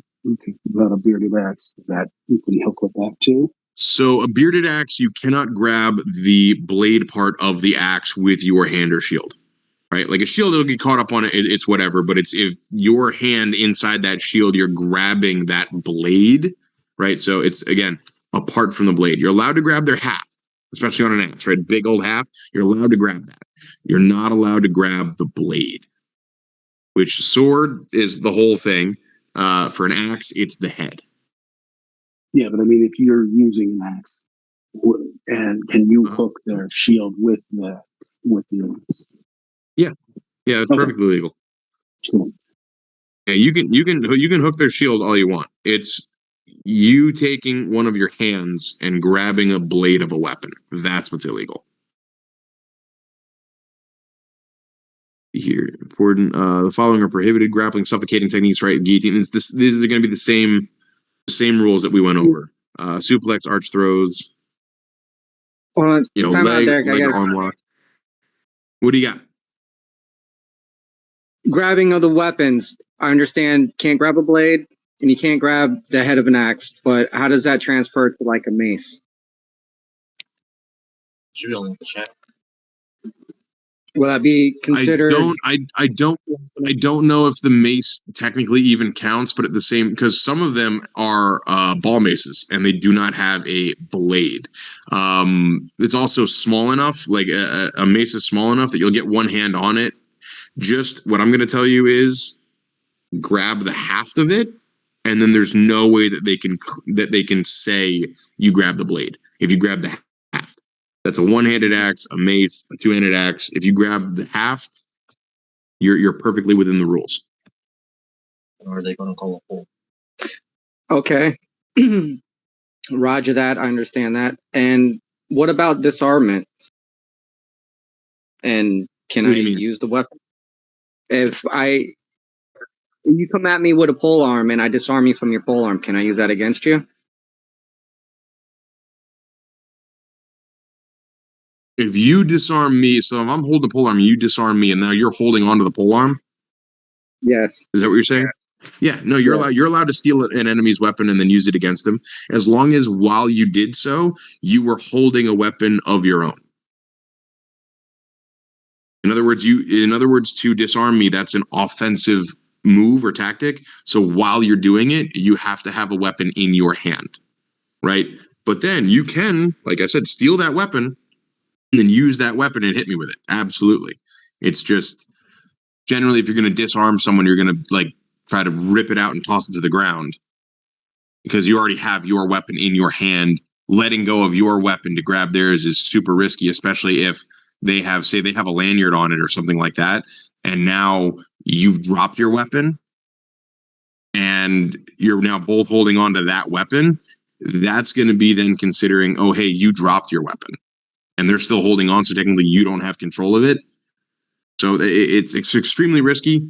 I would much more suggest trying to toss their weapon, get it to the ground, and continue holding your own weapon. But yes, technically you could steal their pole arm, then drop yours, then finish holding the pole arm. That is legal, technically, yes. Okay, who had the other question? Me, Dave Albert. So obviously can't grab a bladed weapon with the hand gauntlet, right? What about if I were to go for a disarm and I catch the blade in the crook of my elbow? So like in an instance, if I were to snake around somebody's gauntlet or wrist without really manipulating the wrist for a break or anything like that, but to basically break the gate of the weapon to come out of their hand to disarm, but not grabbing any bladed weapon with the hand or gauntlet or anything like that. It's more done with the crook of the elbow. Is that legal? The crook of the elbow is not in the rules as something that's prohibited, because that would be assuming like they're striking that area anyway. It could get caught up in there, and that's not your fault. So you're not going to get called for that. So yes, if you wrap your arm, like your armpit down your elbow, and you basically reach up and over and circle inward, and you catch it in your elbow and under your arm, and then you lift up with your arm and pull it out of their hand, that's legal, and that's technically not grabbing the blade of the weapon. So it's specifically for like your hand and your gauntlet. Yeah. So as long as you don't use your hand and your gauntlet, you're going to be okay. Okay, 10-4. Thank you. Yep. Let's see, back heel, yep, throw, all those are same. It's the same prohibited stuff, right? Prohibited fighting techniques, any action not listed in section 9 of the rules. Only authorized techniques are permitted. Thrusting will get you red carded immediately. Offensive actions aimed at the prohibited strike zones. Any actions with the foot or shin aimed at the knee are prohibited. Any actions that cause the knee to hyperextend are prohibited. So that could be grappling or the push kicks. Grappling and holds with the hand on the aventail edge of the pauldrons, right? It's the same thing for, trying to go up underneath edges of armor and try to lift up on armor, or going for the neck or underneath the bottom lip of the helmet. That's always going to be illegal in every form or every category in the sport. Deliberate attempts to remove any equipment of the armor. Also, so I do want to go over here, especially for the melees. If you do go up underneath the bottom lip of the helmet and you're not prying up on it, you will generally be given a verbal warning during the fight of, watch the neck, watch the helmet, watch, they're going to yell something like that. And if you can just kind of rotate your hands clockwise or counterclockwise or whatever, and just kind of go on an angle so that your weapon or whatever is not in line with the bottom of the neck, so that, again, like I was showing, that diagonal going across, like a perpendicular to the neck, or at least on an angle, so that they can see that you're not underneath the helmet. Do that and you won't be called, right? If you stay underneath the helmet and you're trying to pull up on it, they're going to sit you. And then at that point, there's really no recourse. We could try to fight it, and they'll be like, "Look, this is what I saw."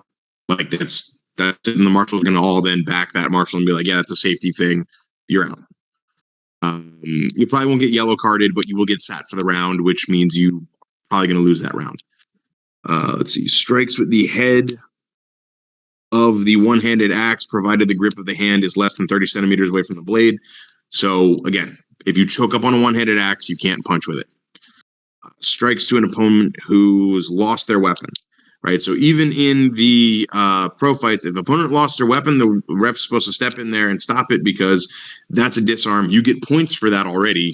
But now fighting a disarmed opponent is, whatever it's deemed unsportsmanlike or whatever, and it stops the fight. Any takedowns that spikes an opponent on their head or neck, such as like a suplex or any variation that aims to put their head down underneath them when they hit the ground, is considered illegal. Intentional pushing or throwing an opponent out of the list. So this is where it differs, one, the IMCF ruling, but also it differs from the melee rules. Is in Buhurt International, they do not want people sending other people out of the list on purpose during a pro fight. Grabbing the fence and resting the hands above the fence. I believe this also includes the list during the fight. Obviously, during when you go to your corners, that's completely legal. Attacks that may penetrate the eye slits of the opponent's helmet, which again goes back to say like the cross guard, basically shoving forward into someone's face, is going to be illegal. Any thrusting, anything that's designed to put, hey, this small end is going to wind up in this guy's eye slits. Intentional passivity and stalling of action or of the action. So again, this is Buhurt International wants to make sure that there's a decent fight in a show. So if you're purposely stalling out and doing nothing, you're considered in violation, and you can be, carded, or basically your opponent can be given the win. The fighter cannot be on purpose push on their opponent to get up off the ground after a break or stop fight command. So if you're down on the ground and there's a break or stop fight command, you have to put a hand on the ground to be able to push up and push off. Do not push off of them. Arm lock, leg lock techniques, or any action that may cause a limb to hyperextend illegal. Striking a grounded fighter with the feet or shins, right? No kicking. Kneeing a grounded fighter to the legs or the head, all illegal. Other prohibited actions. So definitely a lot in the pro fight category. Intentional leaving of the list after commands start fight and before the announcement of the result of the fight. So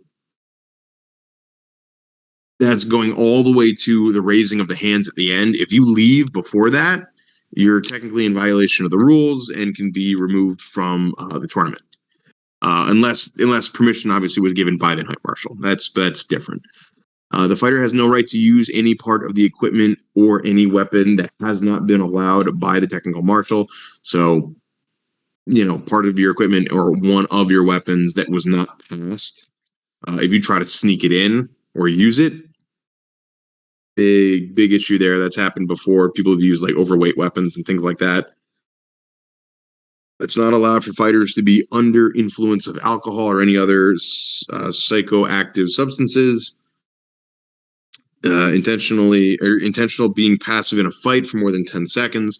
Intentional stalling for time after a break or hold. Command has been given. So this is also like the whole, you have 45 seconds to a minute between rounds.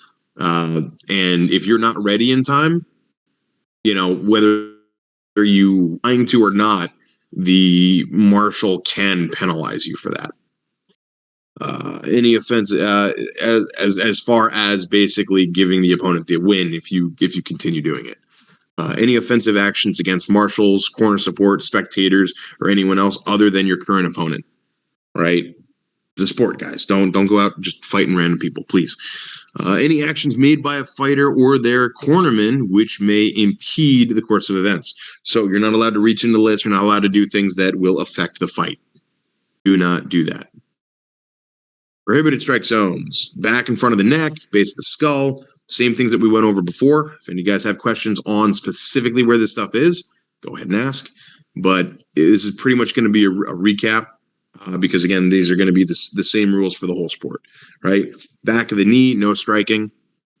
Let's see, no pressure can be placed on the back of the knee. Groin and crotch, feet and ankles, all illegal places do not hit, right? Good diagram here. Here's the red zone. Don't hit these. Right, or any part of the opponent's body that's lost its protection. So if you see their shoulder came off and you start hitting them in the shoulder multiple times, you are getting red carded. Guaranteed. Penalties. In the case of appearance or prohibited action, the Knight Marshal may use one of the penalties below: a verbal warning, yellow card, an expulsion of the cornerman, or a red card. Right? So cornermen, it kind of depends. If they're just going to be squiring for the tournament, whatever, they can be expelled. If they are a fighter that is competing at some other time within the tournament, they can be technically given a yellow card. And then it basically means if they get a yellow card for anything else, they'll be removed from the tournament, even if it wasn't during competition, because it's part of the same event. That's extremely rare. It's basically a way for them to say, look, if you're going to be, a shithead as a cornerman just because you're not fighting, there are still ramifications. Verbal warning should be taken if a cornerman or fighter violates the rules, but it doesn't make a significant influence on the course of the fight. It doesn't have to be recorded in the protocol. It has a role to alert that more serious actions can be made. If the violation will be repeated, 3 verbal warnings will result in escalation to a yellow card. All right, so there's the specifics on giving them a yellow card. The yellow card, again, same stuff, guys. Should be recorded, right? The yellow card must be accompanied by the command yellow card and pointing in the hand direction of the fighter, made by the field marshal. Most of the cornerman decision taken by the field marshal, they are violating rules, have an impact, of course, of the fight, or if they are heatable, the decision should be noted in protocol, but it doesn't have an impact on the score of the fight. In case when a fighter has only one cornerman, another person should be appointed to be the fighter immediately to take their position. Right, red card is equal to disqualification. The card will be given to the fighter who already received 2 yellow cards. The second yellow card automatically means a red. It may also be given if actions made by the fighter or the cornerman disrupt the course of the fight in such a condition that does not allow to continue or properly start the fight. If a red card has been given, it has been noted in the protocol. The marshal should point their hand in the direction, call it red card. Specific situations during a fight. All right, so this is going to be kind of unique to pro fights.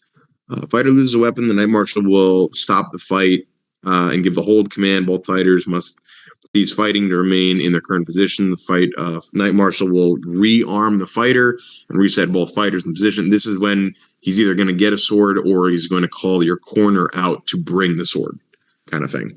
Loss of weapon or disarm are limited to 2 per round, which are noted by judges. A point deduction will apply if more than 2 weapon losses, disarms happen in a given round. So not only is the opponent going to gain points for disarming you, but now if you've lost, say, 3 weapons in 1 round, now your score is going to get subtracted. And then everyone after that, obviously, going to keep getting subtracted. That's per round. So if you lose 2 in a round, you're probably losing on points, but at least you're not going negative. A breakage of a weapon, in this case, the Knight Marshal should stop the fight with the break command, and the fighter must replace the weapon with a new one, which was accepted by the technical marshal. Right. So this is, again, during your process at the beginning, before you ever fight, you have to get your weapons checked, your armor checked, all that sort of stuff. If you bring in a weapon that has not been checked through that process, that's that going back to that other rule. And that is, you can get carded for that, for sure. Armor failure, right? This is, again, you have, let's see, I think, you're granted 90 seconds to be able to fix armor failures. If you can't do it in that time, it is going to be a TKO. And you basically forfeit that fight, unfortunately. Clinch is a situation where both fighters are basically inactive for 10 seconds. The Knight Marshal is allowed to break up the fight. In case one or both fighters unintentionally fall outside or under the list, the fight should be stopped by the Knight Marshal with a hold command. Fighters should take place in the middle of the list in the same position when the hold command was given. The Knight Marshal will give the command of fight to continue the fight. Grounded position is a situation when a fighter has more than just the soles of their feet touching the ground. This includes hands, knees, back, or buttocks. In a grounded position, there may be one or both fighters. The action is permitted to continue indefinitely, provided that the actions are consistent. The Knight Marshal should stop the fight after about 10 seconds of inactivity by using the command break. Both fighters should take standing positions about 3 meters away. For the Knight Marshal, for the command to resume the fight, or wait for the Knight Marshal to the command to resume the fight. The following fighter may take any action to protect themselves, excluding those noted in the prohibited actions. So this is basically saying you're going to get 10 seconds of ground fighting under these rules. Same rules apply or whatever. But the Knight Marshal can end it sooner if both parties wind up just clamming up or clinching on the ground. Technical knockout, TKO. Technical knockout occurs when a fight is still conscious, but the Knight Marshal determines they are no longer able to effectively defend themselves or is unable to continue fighting due to no available weapon, armor breakage, or if a grounded fighter is unable to effectively defend themselves, the Knight Marshal will give a verbal warning for the fighter to defend themselves. And if they can't within 5 seconds, it's considered, a knockout because they're actively not defending themselves and getting, hit. So if the other guy isn't hitting you and he's just standing above you kind of thing, that won't happen. But then, you're probably both getting yelled at for not doing anything. Let's see. Should a fighter be subjected to a TKO, these circumstances will be reviewed and the individual assessed medically if required to ascertain if they were able and fit to continue in the tournament. Right, a knockout occurs when the fighter is rendered unconscious or unable to continue fighting. So even if they're not unconscious, if you're concussed a little bit, or you are so tired, or something it has injured you to a point where you cannot continue fighting, a fighter subject to KO loss will not be allowed to participate further in that tournament. Right. We're getting towards the end of this. How many pages we got? 4, 5. That's this is into scoring the fight now, right? So the 10-point must system, I personally hate this system, but it's fairly annoying to understand this. So I'm sure there's going to be questions in here. Go ahead and ask them. All of outs will be eliminated and scored by 3 or 5 line marshals who shall evaluate the contest from different locations around the list or fighting area. The 10-point must system will be standard system for scoring a bout. Under the 10-point must scoring system, 10 points must be awarded to the winner of the round, and 9 points or less must be awarded to the loser, except for a rare even round, in which case both are scored at 10-10, or when a fighter has a point deduction. Line marshals shall evaluate combat techniques such as 1 effective strike, 2 effective grappling. 3 control the list / fighting area, 4 effective aggressiveness, and 5 their defense. So it's basically only counting 5 criteria for gaining points. Evaluation shall be made in order in which each technique appears in C above. I think it's 15.3. That's the order that they have to be evaluated in. Giving the most weight in scoring to effective striking, effective grappling, control the fight area, and effective aggressiveness and defense. Right, so it's in that order. So if you have aggressive and if you're aggressive and fight control and grappling and stuff like that, and you have high marks, it's great. But striking is still considered weighted heavier in the scoring. Again, another thing that's just it's one of those things where you can just a bunch of sword strikes will win you the round automatically, which I think is kind of defeats the purpose of a pro fight. The effective striking is judged by determining the total number and the quality of the legal strikes landed by a contestant. Hits must be clear, strong, and well placed to be permitted to the permitted strike zones, including legal and effective striking in a clinch. All legal strikes with the weapon, legs, arm, shield count for 1 strike point that's be within the round per clean landed blow.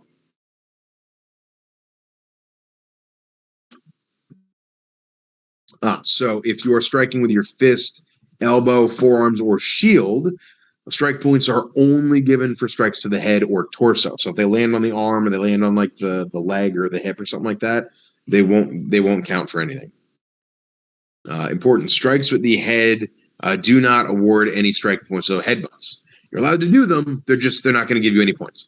Effective grappling is judged by considering the number of successful executions of legal takedowns, position reversals, clinch control. Examples of factors to consider are takedowns from standing position to dominant position, half mount, remaining standing and striking distance, side mount, reversal of positions from the bottom or side to the top position, positional clinch work.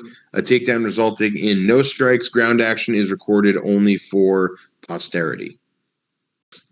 Effective list control is about dominating your opponent by effectively dictating the pace, location, and position of the fight. So if you're constantly backing someone into a corner kind of thing and they're not able to press you, you're going to be given effective points in list control. Effective aggression is about pushing forward with the attacks, landing legal strikes, and making attempts to finish the fight. Chasing after an opponent with no effect or impact will not render in the line marshal's assessment. So your aggression has to actually be targeted. You can't just be mad and charge and be useless. Effective defensive means avoiding being struck, taken down, or reversed while countering with offensive attacks. Right? Defense is fairly self-explanatory. The following objective scoring criteria shall be utilized by the line marshals when scoring a round. A round with a strike point difference of 5 or less is noted as even on the scorecard for effective striking. The following criteria for priority order is to be used to determine a winner: effective grappling, then effective list control, then effective aggression, then effective defense. So again, the winning, if you have five or six more strikes, clean strikes on your opponent than they had on you, the other categories don't even actually play in. You just automatically win that round.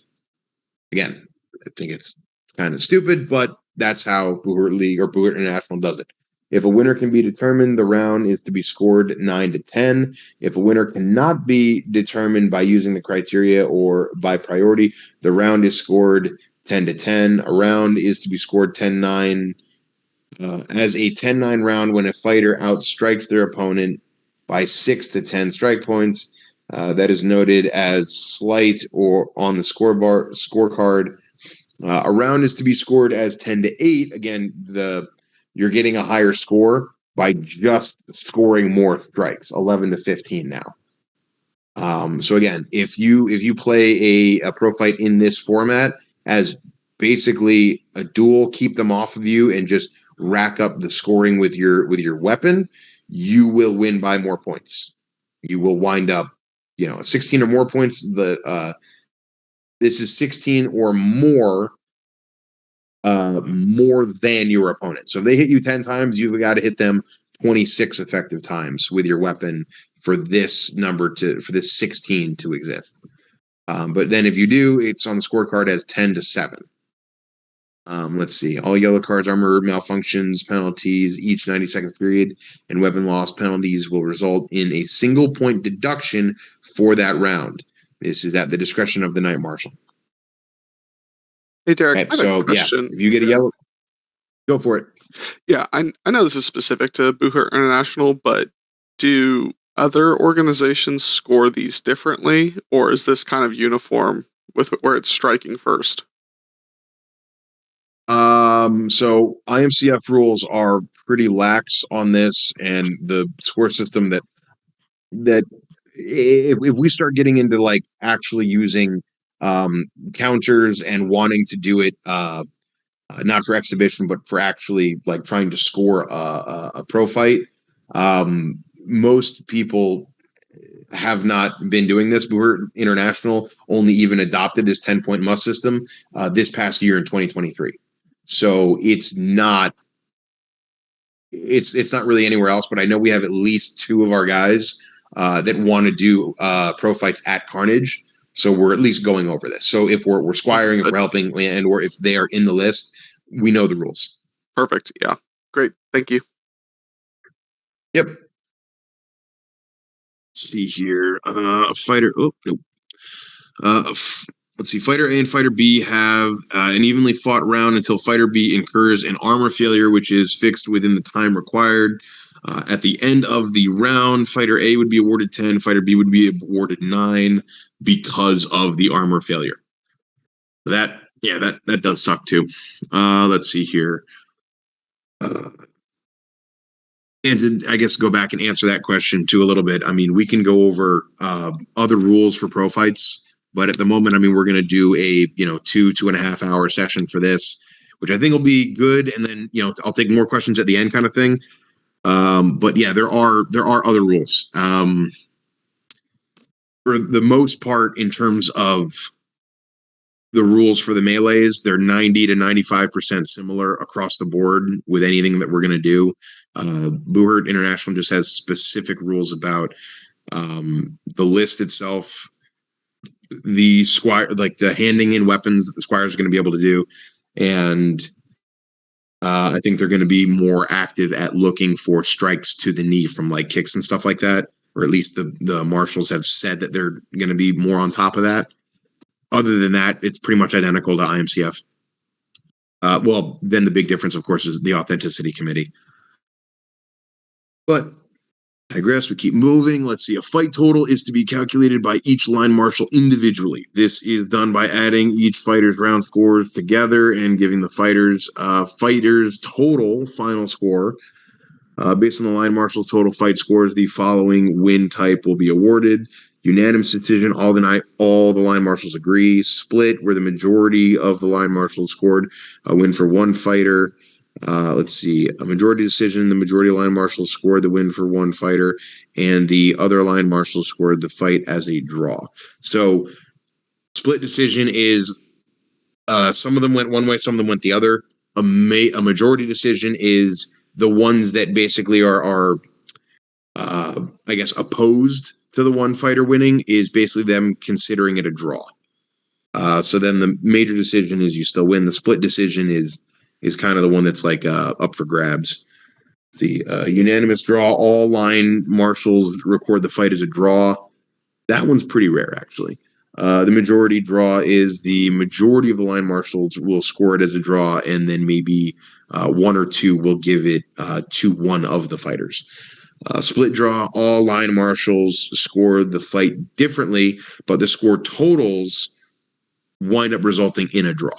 So basically, you have 10 and 9, 10 and 9, 10 and 9, but like they're two different.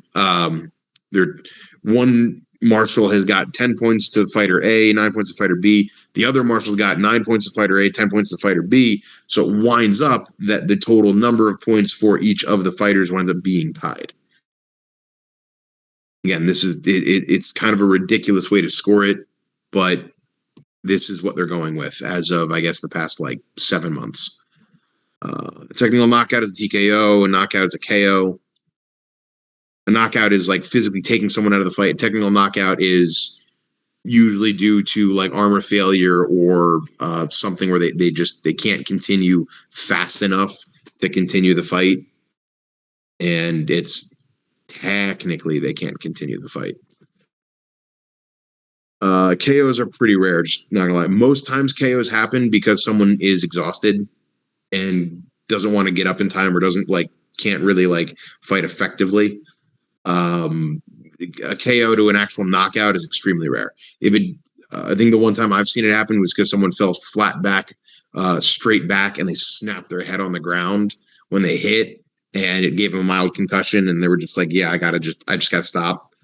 It's not like they lost consciousness, thankfully. So, all right. So the appeal process it's going to talk about here. The fighters or fighters' corner can appeal a decision made by the marshals committee or the night marshal themselves. Right. If the night marshal made a call and your corner is able to stick up for you, obviously they're not allowed to just run out there and start screaming. Don't do that. Let's see. The appeal is submitted in written form on a special appeal template that is provided to the fighter by the organizers. The number of templates is determined by the organizers. An appeal can be filed accordingly to the following reasons: false implement of the point deduction warning card or disqualification, unregistered clean blows to the legal strike zones that affect the course of the fight. That one's really going to be difficult unless we're doing film review. I know at Carnage we can't do that. There will be people filming it, but they're not going to do film review. That's not a thing yet. We don't have the money and time to do that sort of stuff. Let's see, unregistered rule violations by the opponent that should result in a point deduction. Unregistered rule violations that should result in a yellow card or red card or any other severe rule violations. An appeal is submitted directly after the end of the fight and is announced when the night marshal requests for any objections before the fighter has left the list. The fighter's corner observing the fight must announce the intention to appeal the night marshal in person no later than 15 minutes after the fight. Basically, after the fight happens, get with that night marshal before the next fight starts, basically, and say, hey, I'm going to do this. He'll acknowledge it. You then go to the organizers, get the form, and fill it out. If anything, I'll probably be the one to do this for us at Carnage this year, but this is so, again, everyone knows the rules. Possible result of the appeal: a general rematch of the round, imposing or withdrawal of yellow cards, imposing or withdrawal of point deduction. If the fighter or corner is dissatisfied with the night marshal decisions, they can appeal to the Buhurt International Control and Disciplinary Committee or the head of the Marshals Committee. So that's literally going international with that. I mean they've got to do something fucking stupid to be able to for us to go that far. So I don't think we have to worry about that. So this is what a scorecard is going to look like that the marshals will have. Right. So effective strikes, takedowns, right? So you're giving them a 2-1 or a 2-2 or 1-2, whatever you're going to put here, and more, or you're going to maybe tally mark the strikes. This is round counting and observations, right? That's what this blank areas up top are for. And they're going to count it out here, and they're going to give one of them a 10, one of them a 9, or one of them an 8, or whatever, right? And that they're going to write that right here, the round results. Fighting results, this is the very end, you'll write, win-loss. And then again, it has some information for them if they need to read up on anything in here. And that is the scorecard for that 10-point must system. See, write the names up the top here. Yeah. Any questions on that? I know it's a little confusing. It's a pain in the butt because it doesn't really effectively grade or count a lot of the actions that you're going to do, which sucks. But yeah, it's one of those, like, if you outscore them with your sword, you basically automatically win. All right, so those are the melees. Those are the pro fights. Now we can kind of go into like any just questions about this stuff, guys. And if we have questions about Carnage too, we got a lot of us here, guys. Let's answer some questions. I did have a question. It might have been delineated in those rules, but when it came to outrance, is a TKO and a KO both a disqualification from further advancement? Either one? No, a KO is a TKO is not necessarily. So a TKO could be because you couldn't fix armor in time. So you lose, but that doesn't mean that you're disqualified from the rest of that tournament. Okay, got it. Thanks. Anyone else? Anyone? Bueller? Steven, how about you? Do you have a question? No? Okay. Steven's good, guys. So if we don't have any other questions, guys, I think the big thing is we have, as you know, it's going to be a shorter event, but one up at Brewing on January 27th. Some of the Dominus guys are coming out, and we're working on getting hotel rooms for people. So if you guys in Orlando, I mean, like, you guys live there, but the rest of us that are traveling or whatever, we're going to get some hotel rooms. And then Sunday, the 28th, even if you can't make the 27th event on Saturday, the 28th is the important one. The 28th is going to be a big practice. We're going to try to hold for like 8 hours. I mean, obviously we'll take breaks in the middle, but it's going to be at like 9:30 in the morning. And we're going to have some of the Dominus guys like Krug are going to be going over like drills and techniques. No one's going to be in armor. This is all drills and techniques and things that you should be able to do at any practice. So come in workout clothes and be ready to learn some stuff. They're going to go over it. They're going to teach some stuff. And then you should continue practicing those things at your weekly practices kind of thing, right? So we'll get a whole day of getting some of those awesome techniques and stuff like that and keep practicing them, keep learning them. But that 28th, that's going to be the big one. And David, I believe we're doing that at Kai's place, right? Yeah, it's either going to be at Jai's, but we also have a partnership with American Combat Club, which is an MMA gym. So we'll have cage, mats, whatever, bags, plenty of room for probably about 20 people or so. But I got to get with the gym owner and run that by him. It's kind of a new relationship with him. Yeah, I mean, I want to make sure that's cool. I think we might have more than 20 people. We might have more than 20 people for this. Jai's might just be.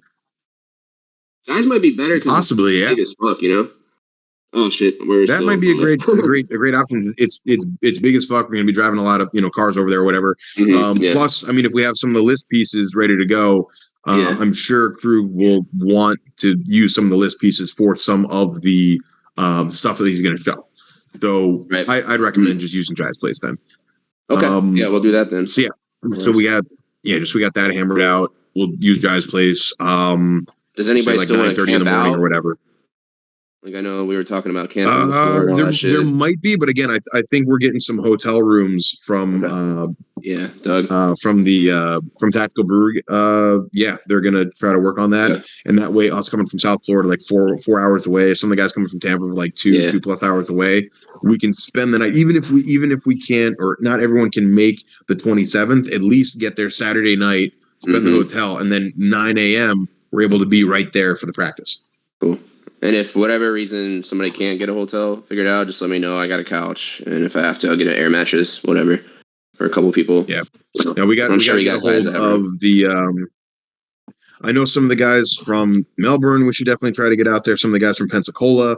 I don't know if any of them are in this chat today with us. No, I don't think so. But yeah, we got to get some of the newer guys that are brandy spanking new. We got to get them to like some of the, because this is basically going to be the Florida wide practice for I guess this quarter or whatever, right? So we got to try to get everyone out to it, and it's in Orlando, so it's at least closer for the Pensacola guys. But it's still a trip, which is again why if 2 or 3 of them come, hey, we've got hotel rooms that we're going to be able to put them up Saturday night kind of thing. And we're going to try to end on Sunday by like 4 o'clock or so that people can actually get home.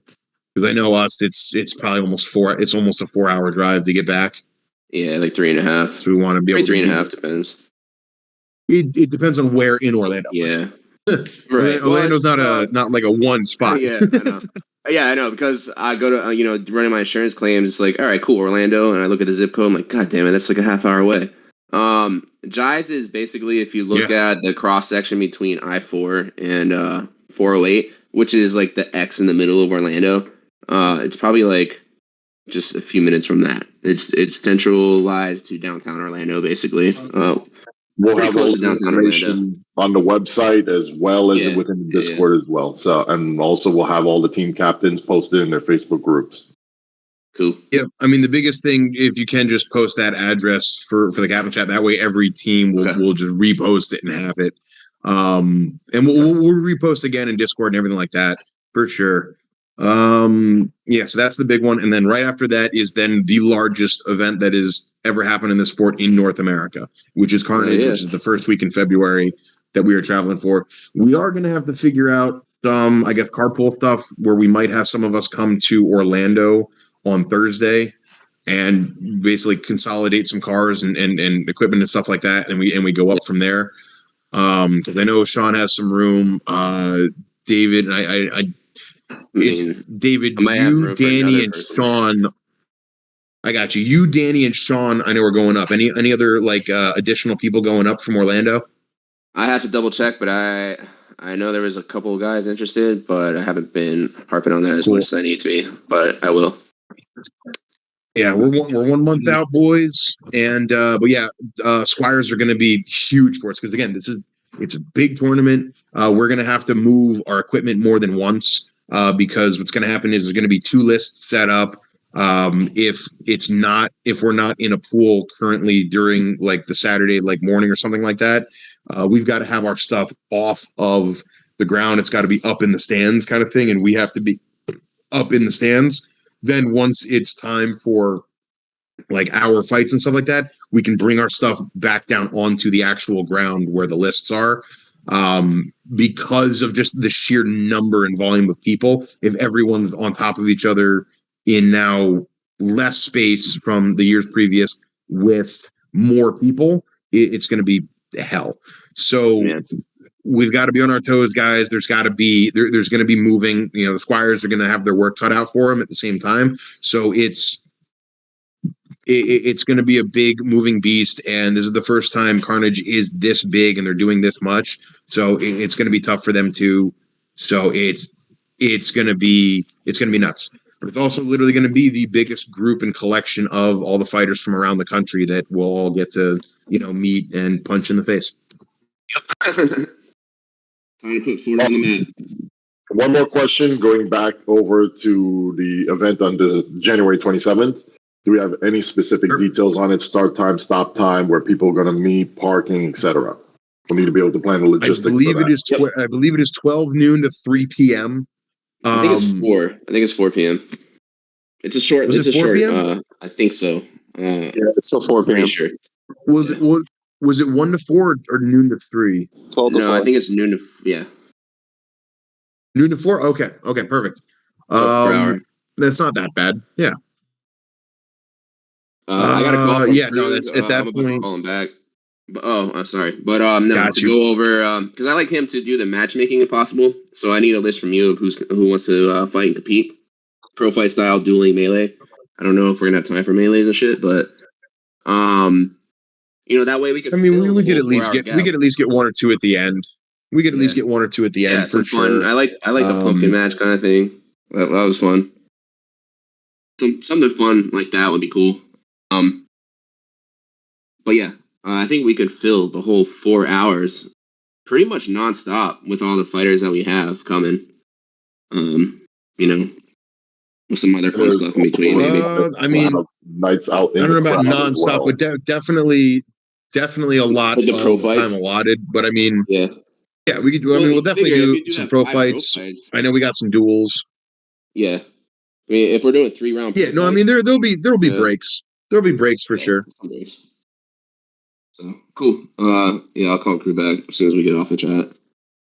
When do we want to arrive for that event? If it starts at noon, do we want to? I'd say before 10 a.m. We got to try to be there on 9 to really do so like we'll a lot probably of need setup help and setting everything. up. Mm-hmm. Okay, exactly.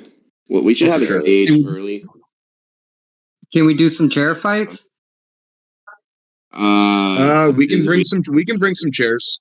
We have a couple still. Cool. But protect the Tim, are you volunteering to chair fight me? I'll chair. I mean, I'm gonna get crushed, but I don't give a shit. How about protect the micro keg? Get a couple of Heineken micro kegs. That's hilarious. Oh my god! Protect the wine bottle. We can get a bottle of armor. It sucks. Yeah, it'd be awesome, but everybody's armor is gonna stink like beer afterwards. Mm-hmm. Yeah, that's insane. No, thanks. Your smell is an issue. How? It's all right. But it like dries up, it gets all sticky on your armor, and it stains it, or like kind of discolors the area, and it's a pain in the ass to clean. No, sticky armor. Oh my god. Anyway, do you guys want me to bring foam swords so that the crowd can fight or something, or is this a pure show? I was just about to say. So stand by on that. So bring them anyway. Yeah, that's definitely for more of like if we have a big day long event or whatever, and we got a lot of kids, or whatever. This is basically going to be I think like 50 something breweries are going to be there, and it's like tastings and everything. So it's there's going to be a lot of drunk older guys that if we give stuff, they're going to break foam shit. Yeah. Or themselves, and then they're going to blame us or tactical, and it's it's probably best just to less of that. Let the action happen in the list for that one for sure. Yeah, that is something to be aware of at these events. I've done the Ren fairs for years now, and when you get a lot of drunk adults running around, it's real easy for shit to go awry very quickly because of how goofy they can get. So that's just something to be aware of when we're out there doing our thing too, and especially with our stuff. Like I'm sure Tactical's going to have that room again where we can put all our stuff. Yeah, or something that similar. back room over there. But where we're going to be setting up the list is it's a walk. It's not a horrible walk, but it's a walk. It's going to be down closer to the water, right? Yeah. Mm-hmm. Yep. I'd say it's probably like a 4 or 5 minute walk or so. Something like that. Yeah. Wow. Oh wow. That's but awareness, maybe not awareness that far. of all our stuff is going to be a big, something to look out for. All right. So Anybody what we Yeah. need to do is organize with the venue site to be Pop-ups able in. to make sure we have the logistics needed to say where we park, where we have stuff moving in. Yeah, I think we'll this weekend let's get a this weekend let's get a an email out to see if they can give us like a map, like a site map of where exactly they want us parking, storage, what area that we have beside the list to have for our gear, and water and stuff like that. Yeah, no, I can. That's an easy question, and I'm sure they have half of that anyway, because they already had to, for the permitting anyway. They have to draw 90% of that up to begin with, so they've got it. Okay. I'd also like to be able to get actual internet access this time so we can stream this event. Live That would be streaming awesome. would be nice. Yeah, okay, I will 100% ask them for that. Hopefully we can get it. Fuck yeah. Yeah. Was the other thing was set up. The other thing was for this event specifically, people are getting in armor. Stay in armor. We've got to. I mean, we did a good job last time, but we got to do more of it. We've got to do basically interacting with the crowd and stuff, like taking pictures, talking to them. Everything from QR codes to basically how to follow the Instagrams and that sort of thing, and like create fans. Right, we create fans. The people that'll show up to practice and fight will start coming after that. Right, build a fan base first, and the best way to do that is literally just the interaction that we can have with people while we're in armor at the event is huge. It's the best thing we can do. So people swapping out of armor, people changing and stuff like that, it detracts from it, unfortunately. Right, it's also one of those things, and I know we did it last time. It's one of those things that is extremely dangerous and just, bad in terms of looking at of like how you want an event to run. Let's not put people in armor that it's their first time. And I know a couple of you guys, like it was, I'm not saying like, oh, fuck you. It's just, it's not a good practice, because this sport and others, like when people do that, the worst things that could happen tend to happen if we make that either a reoccurring thing or something that we do, because now we got someone that we don't know how they're going to react, or we don't know what's going to happen, basically being out front and center for the public.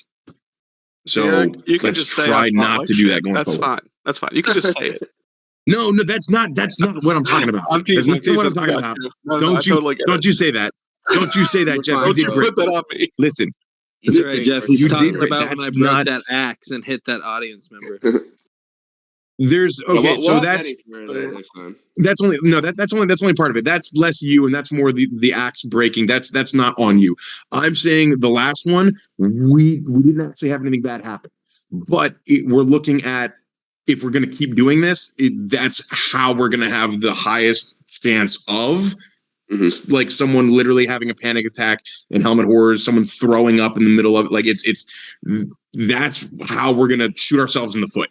So let's try not to do that for public events. You know what I'm saying? Or if we do plan it, prep them. Well, that's just it.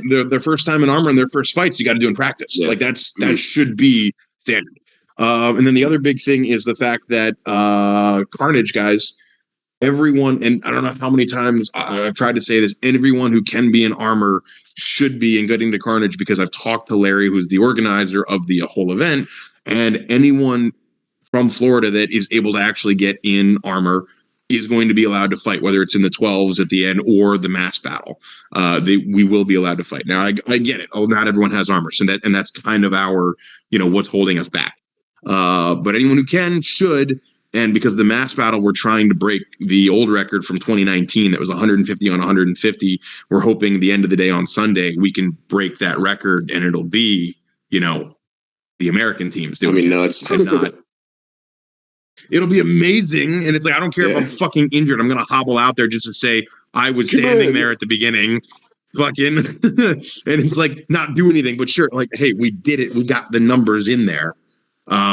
Because I'd love to break that fucking record and say, hey, we can do it in America, let alone, needing everybody else.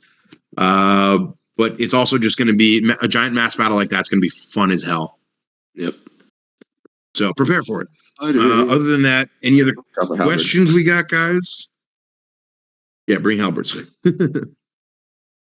Just to piggyback off of what you had said earlier, Derek, about the social media stuff and everything else. I know a lot of guys were taking a lot of pictures with a lot of people, and not to try to like make this gimmicky or anything, but like that's the opportunity to give them that sort of stuff, whether you've got the QR code on your phone or you can give them, the Instagram handle or whatever it is. Yeah. And so take those opportunities that's all I would say. 100% right. I mean, the little bit of gimmicky that it is, it's like, hey, you are at our event and we are doing this thing and you are taking pictures. You think it's cool. Hey, tag us, do this, or send it to us. We'll put it out there as well. But hey, follow us. You're 100% right. I know we have a couple of QR codes that we I'm able to print more. I'll even go to Staples and do like the glossy stuff and get more of the plastic holders and stuff like that. I don't think I have a Rogue Knights one or a Swamp Knight one of the QR links that go directly to the Instagrams, but I'd love to have all of them eventually if we have them all, or at least give me the website for it specifically, like the exact URL, and I should be able to create it. And if we do that, the QR code sent to you already for the FACC website, which has everybody's Instagram on there. Wait, for the website. Okay. I might just have to ask you for it again, or I might just look it up again real quick. Either way, I think I'm gonna do that. I'm gonna try to have every single one of them up so that we can have a table that literally is just left to right. Here are QR codes, and that way, again, we keep doing the collab stuff on the posts. It's going to get to all of them, and it's, it shares likes, it shares. I'm surprised Instagram is doing that at all because of how fucking nuts that is. And in terms of how it helps grow these individual channels. So I'm surprised that they are allowing it, but hey, while they are, let's fucking use it. I got a suggestion for the QR code. Why don't, when you print them out, have the glossies ready to go and tape them to like the inside of your vamp brace or something. So the representative of said team, like the Swamp Knights, Storms, or whatever, you'll have. No, I mean, yes, if we're not doing, if you're not fighting. But if you have tape on the inside with paper or whatever, and you get in one clinch, you're probably gonna rip it off. If it doesn't, great. But I mean, that's kind of a waste when we could just have the guys who aren't fighting. It's like, oh, hey, here's a picture, whatever, and we've got a dozen other guys that are squiring. You have one or two in your freaking hands, and you're like, cool, great picture here. Like, scan this. This is where it goes. Already have a solution for that for people who are not fighting. Already got those little armbands that you saw me walking around with Disney Springs. We'll have the QR code. Yes. And for whoever's not fighting, you literally just strap it on your van brace and you're good to go. And when you're getting ready to fight, you literally tear it off and you go. I just remember someone in history used to have those armbands. Isn't it? I'm like, oh, wait a minute. What color? Velcroed off, so you can literally take it on and off in a matter of seconds. Yeah, I know. It's basically a football armband kind of thing. Would it be for like play calling? Would it be inappropriate to suggest ring girls? I like ring girls. Like that idea. It's not. Do we have one that'll want to wear a bikini or some kind of outfit? No, like a leather corset accentuating certain features. What would be on what contract we get? Maybe we can just put an ad out for hey, hiring ring girls. Somebody here has a girlfriend or a wife. Come on.